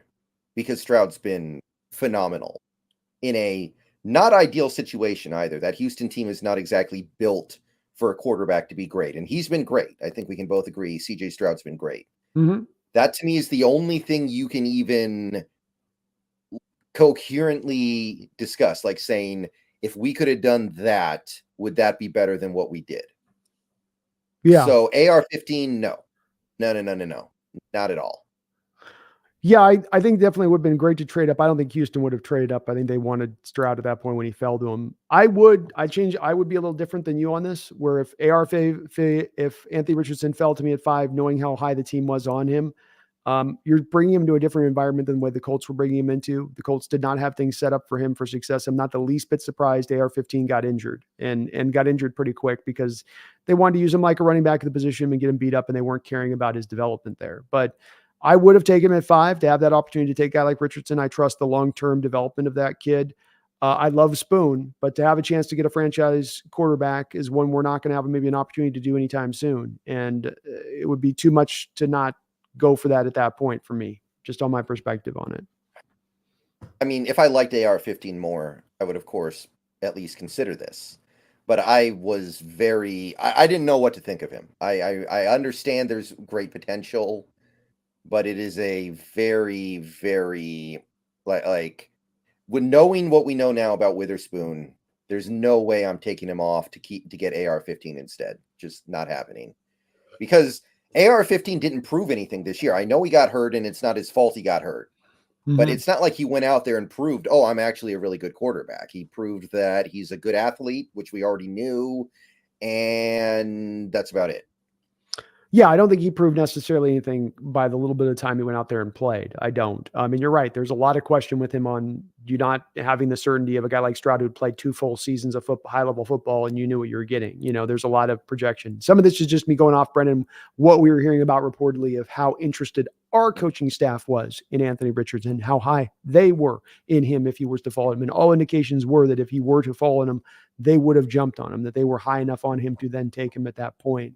But I'm good either way on this one. Mega. You go Spoon or you can go with AR, and I'd be good on either one. But I would be probably driven a little bit more on this one to grabbing him there. Would you rather have things go the way they did, or would you rather have traded number 5 and number 20 to trade up to get Stroud? I would have gone for Stroud. And I think I would have. I think I would have too. And I mean, I don't know if you remember, it is my ending, and it was an evaluation. This is the way that these evaluations work, is you go through the whole process of, you don't do where you start. Like we have some of the guys we start at, it's where you end out at. Remember at the end, I said, my comp firm is Joe Montana. I'm on record as saying that at the end when we were having our discussions on him, and saying that my comp for Stroud is Montana. And that, like Montana, who wasn't the most upper level gifted guy, but if you put some supporting stuff around him that can work, he could go out there and look like one of the best all-time quarterbacks ever. I thought Stroud could be in that kind of way. So yeah, I definitely was. He was the guy that was my number 1 QB on my board by far. I thought he was way over both of these two guys, be it AR-15 or Bryce Young, and I would have made that move 100% to do that. Yeah, and I believe that if we had done that, our situation would be much better than the Houston situation where he is excelling. Like I don't see Houston having some great offensive line. I don't see them having amazing receivers or an amazing offensive coordinator. He's just kind of making it work without having a great situation. This may be, I don't want to go too far with it. This may end up being the greatest rookie quarterback season ever. If you look at his numbers, you look at what he's doing it with, like, I think this is better than Dan Marino, Matt Ryan, Russell Wilson, Dak Prescott. Like, I'm very impressed. Like, I liked him before, but now this guy's going places. Yeah, I agree. It's that he's getting it done without having everything working in his favor there on that offense, a defensive-minded head coach. And he's out there balling, man. I mean, he's out there getting it done. And he doesn't even have a good ground game to necessarily operate off of. Pierce has been okay. It's really is on his arm and slinging the rock all over the football field to make it happen. He's been awesome. So I'd make that trade all day with that. Even if JSN was at like 600 yards right now in the season and Witherspoon was as good as he was, I'd still make that trade to go make that move. Garth Knight, thank you for the $5 donation, and appreciate you guys. All you guys on these don't knows says, all right, you guys are unshakable, but answer this. Who is more likely to wear makeup between Diggs and Adams? Also, who do you want backing you up in a scrape? Well, the makeup thing, I mean, I got nothing to say about that one. I'm going to sit that one out. But you got to have Adams backing you in a scrape, right? He's got 30 pounds on Diggs? And a couple inches too. I mean, Diggs is he's a good 5'8.5", I would say, probably, versus Adams, who I think is a little closer to getting right near 6 feet tall. So I got to go. I mean, in boxing and UFC, weight divisions and all that makes a difference. So having a guy a little heavier is not a lot of times. I'm going to look for the 5'8" guy to come with me down the dark alley. I'm just going to say that, Garth. You know what I mean? Yeah, it's unless it's like Kiefer Sutherland or something. I think he's like 5'2". He's like 5'2" or something, I think. He is a little guy, which is weird because his dad was actually kind of tall. So a little bit strange there on that one. Yeah, that's it's so hard for them to film those fight scenes in 24. Like the stuff they had to do. Oh yeah, a lot of tight close-ups, a lot of right here, so you can't see how the size difference. He made it work though. Back in the day, that was the first season of that was awesome. It didn't hold. They kind of got repetitive after a while, but yeah. Well, my parents tried to rewatch it a couple years ago, and they were like, "This does not hold up. This sucks now," and they loved it at the time. It was a completely in the moment kind of thing. It was like at the height of all the, 9/11 stuff, and everybody was all that, the fears you could kind of prey upon by making that show had everybody kind of, in on it with it. And then the whole unique, everything happening within the 24 hours, everything happening real time kind of whole trope part of it was so new, And no one ever goes to the bathroom, even though it's supposed to be in real time. That's right. That's right. The driving is very fast. They somehow get across town in 5 minutes for what would take hours and hours, and they're just suddenly to the other side of town. Stuff like that would go down too. And you're like, okay, guys, we're playing very loose with the real time here, aren't we? Very loose. Yeah. As far as makeup, I'll go Adams more likely. Most likely got to wear the makeup and maybe paint his nails. I'm not saying, just saying. Yeah. But thank you, Garth, for all your donos, brother. Not that there's anything wrong with that. Not that there's anything wrong with that. Not that there's anything wrong with that. It's completely cool. I get it. Mega Lucario, thank you for multiple donos today as well from you, man. I really do appreciate all your donations today, and yourself is included in that. It says Bruce Irvin signed with the Lions. Happy for him. Wow. I saw that. It's a great pickup by the Detroit Lions, and maybe it will be very interesting to track this as we go through the future of the season. Is you could have had both Frank or Bruce, like Brendan said earlier. I do believe Bruce gave you a lot more impact when he came aboard than what you've been able to get from Frank Clark, both in his ability to defend the run and play against the pass. He wore down as the year went along because you had to play him too many snaps. But I thought Bruce has been far beyond what we've gotten from Frank so far. So we'll see what he can maybe bring to the Lions versus what Frank's bringing here. Yeah. I know he's starting on their practice squad, so it'll probably be a little while before he gets on the field. But there's some desire in him to continue to play. I like it. Cool. And a contender at that. He's going to come out and play for a team that can maybe go out there in the playoffs and do some things for him. So I love it, man. I love it for Bruce. Good job for Bruce. Good deal for Bruce. Thank you, though, Mega. Appreciate you on that donation. John coming in with another $50 donation. John Stillwell, thank you so very, very much for all the donations. You are very kind, brother, and all your support.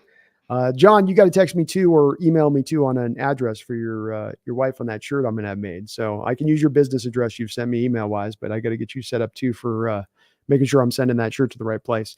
It says, where is the fan base on the idea of splitting the carries a little more evenly?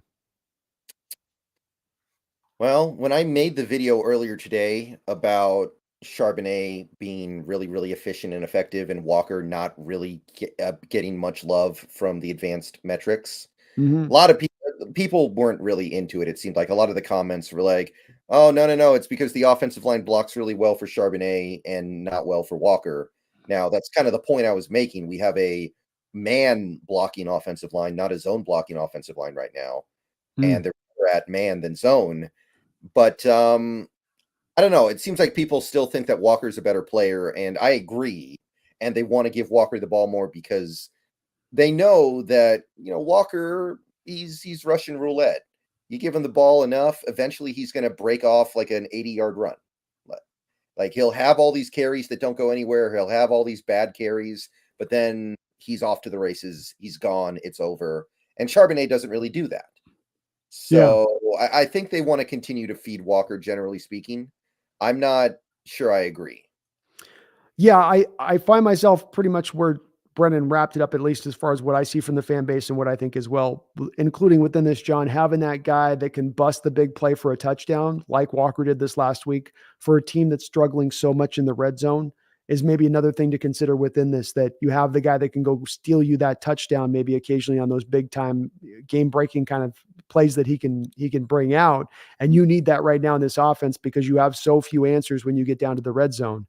I do think that they are blocking, and it's just a better fit with the blocking style with how Charbonnet is working in there versus Walker. But as weird as it is with that, John, it still doesn't at least drive me, and I don't think drives the general fan base to believe you got to move off of Walker even. There feels like a little bit of, to me, Brendan, a feeling from the fan base of understanding, and I think they're seeing it clearly, of like we were talking earlier on this episode, John, that you just go and watch the L22 and there's just always guys where the play's supposed to go. I don't know if it's teams are ahead of our playbook in the run game or what it is, but when he's in there running it, there's always penetration. Say nothing of they're actually getting push up the field. You always have guys in the backfield that he first has to deal with. Say nothing of, is there even a hole once he gets through those guys in the backfield? And people can see that. And then they see Walker John, getting away from those guys, not getting drugged down for a 3-yard loss, getting away from it and then turning it into 1-yard gain. The yard per carry is going to look good on it, but he actually did all he possibly could do to turn it into that plus play. Yeah. I think Walker's the better player. Maybe Charbonnet's better for the offensive line that we have right now. But I'm definitely thinking one of the priorities this offseason needs to be getting a different offensive line that will work better with Walker. Yeah. So yeah, I'm not disputing anybody who thinks that Walker's great. I think he is pretty great. I think he's one of the better running backs in this league, but I am wondering how we make the most of what we have on this roster right now. Agreed. I think the one place maybe fans would call a little bit more for Charbonnet here, Brendan, would you say it's fair that they call for a little bit more of usage of him down in by the red zone? Mm-hmm. That's the place where there's some more opening to fill him in with some more carries, is when you get him down there where the tough gets going and it's the holes get a little bit even more closed up, a bit tighter. There's a little bit less room on the back end. That's where I think people are calling for mainly is his usage there. Yeah, that seems kind of like common sense, right? Like that's clearly his area of expertise. Yeah. I think I would love to see that. And I think he's a little bit of a better blocker as well, too, is the thing. So he's also like probably the better third down back, honestly. It's kind of a good point on this as well, Brendan, because we do want to keep the balance evenly out. And when you look at it this last week, Charbonnet had more carries than Walker this last week. And that's driven mainly because you were having him out there in the third down back role so very often, on top of having some carries also on the first and second down in between. So you are kind of finding the way to even it out here just naturally, I think, especially as Charbonnet gets out to more full health here, John, because I think lack of the even has been why they haven't distributed the carries better in some recent weeks, is because of those injuries he was going through, where he wasn't at 100% being Charbonnet, and they were having to kind of lean on Walker a little bit harder than they would have liked to. So now with his health coming back, third down back, goal line, and short yardage situations, I think that will almost create the evenness in itself, if not giving sometimes Charbonnet some more carries than Walker in some of these games, more touches. Mm-hmm. You buying it? I mean, Charbonnet is already out snapping him. Like I've looked at the snap counts, 3 games in a row, Charbonnet's gotten more snaps. Oh, 3. Okay. So there we go. That's right there. Proof to the pudding. So something's going on here. Something's going on. I wouldn't shock me if Pete likes Charbonnet more than Walker because it's more his style. But Waldron calls the shots at the end of the day on offense, and I don't know if that's going to actually manifest. Agreed. I think people probably can pull a little bit on that with him to a degree, but he's going to want to go to Walker eventually, and especially having that game-changing guy like, Geno throws him a little throw to not even a flat throw, just a little, I'm almost sacked. Here, let me throw the ball. And then he houses it, and you go, oh, that's right. This guy has that in his bag to call upon. And offensive coordinators like it, where they can have guys, they throw the ball to 3 yards and then they go take it for a touchdown. That tends to be guys that offensive coordinators will, gravitate towards, makes their job easier, makes them look better. But I think they're going to find the even split here no matter what, John. There's going to be a little bit of I think Walker will still carry the day, but when you factor in the snaps and pass protection, that's where everything kind of then balances out. Everything's in its proper place, which is good. That's what we kind of thought it would be this offseason from an ideal standpoint, as well. John, I want to thank you so very much, man. You dropped 150 tonight on the donos. Garth, you too, with all the donos you dropped tonight on this show. You guys are unfreaking believable in your support on both of our channels on this. And I hope you guys all know me and Brendan are very appreciative of all the support you guys show to our channels in the way that you do, man. You're awesome. Thank you. Thank you very much. Thank you so very much, John. Just amazing. Well, we, I think, covered through this game pretty well here today, Brendan, as far as this look at this game. It was one where you're facing a Commanders team that was not at full strength, that was weakened down. Some people want us to beat them more. We beat them by how we beat them. We're 6-3. At the end of the day, that's where you are where your record says you are. We're going to make our hay or not make our hay through this 4 or 5 game stretch we find ourselves. That's what's going to determine this season and who we are. But they've done the work, haven't they? They've set the stage to make that happen. They've set the stage as much as you could ask your team to have, to take control your own fate. You decide. You're not relying on this team losing and that team losing, or this team being beat up so that you can play them and then you can beat them. You're going to find out who your team is and what they is now over these next 5 games. Yeah, and I'm excited to find out, even though, of course, it can go badly. It can. I'm willing to live with that ambiguity, and I kind of want to find out here, knowing that I probably still have the playoffs in my back pocket, regardless of how it goes, because of the way the NFC is breaking out right now. So I'm feeling pretty good.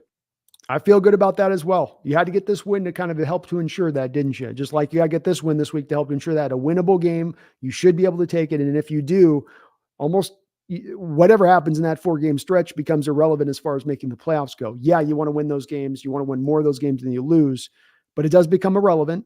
And once you're in the playoffs, anything can kind of happen, though. We want to see this team be better than that, of course, this year. We want more than that.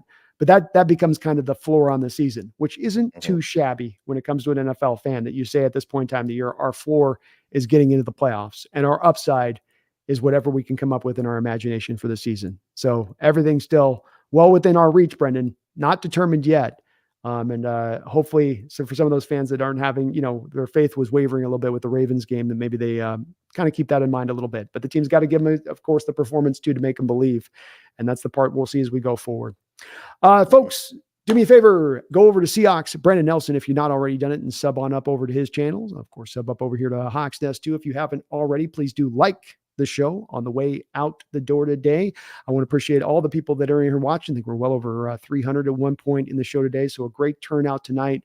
Unbelievable support as far as the donations and the super chats from you guys today, as you guys all do.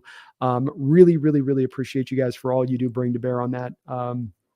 Big Country was saying, how much is the all 22 tape? I think they charge like $15 a month to do to have all 22 access, something like that, I believe is the cost on that. We will be back on Thursday to do the preview show at 8:00 over on Brendan's side. That'll of course be broadcasting on my side. We'll do a preview matchup. A lot to break down this Rams matchup for how we're going to have to make this game work, Brendan. That McVay's had his number. So you and I have got to get into the depths on this of how we're going to solve this McVay problem. One problem we've not been able to solve very much up until this point since he's arrived there with the Rams. So I look forward to doing that breakdown with you.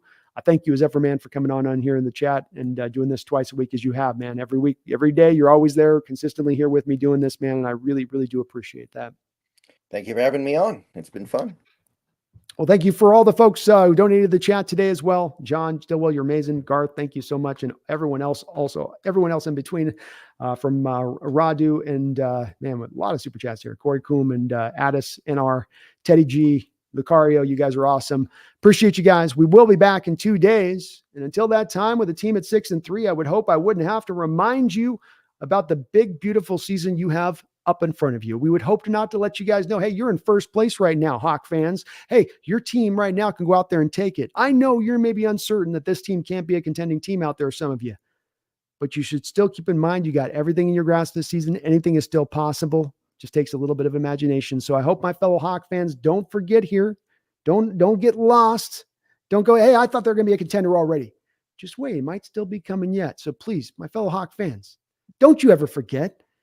Let me put a reminder out. You let Brendan put a reminder out there. Keep it at the forefront of your mind as we go through the rest of this season. We're going to go make some noise this year. We're going to go put these teams on edge this year. This young team is rounding into shape. So let's go. Let's keep the spirit. Let's know that anything is still possible yet in this season where a lot of football left to be played. So please don't you ever forget. Don't you ever forget. Go Hawks. Go Hawks.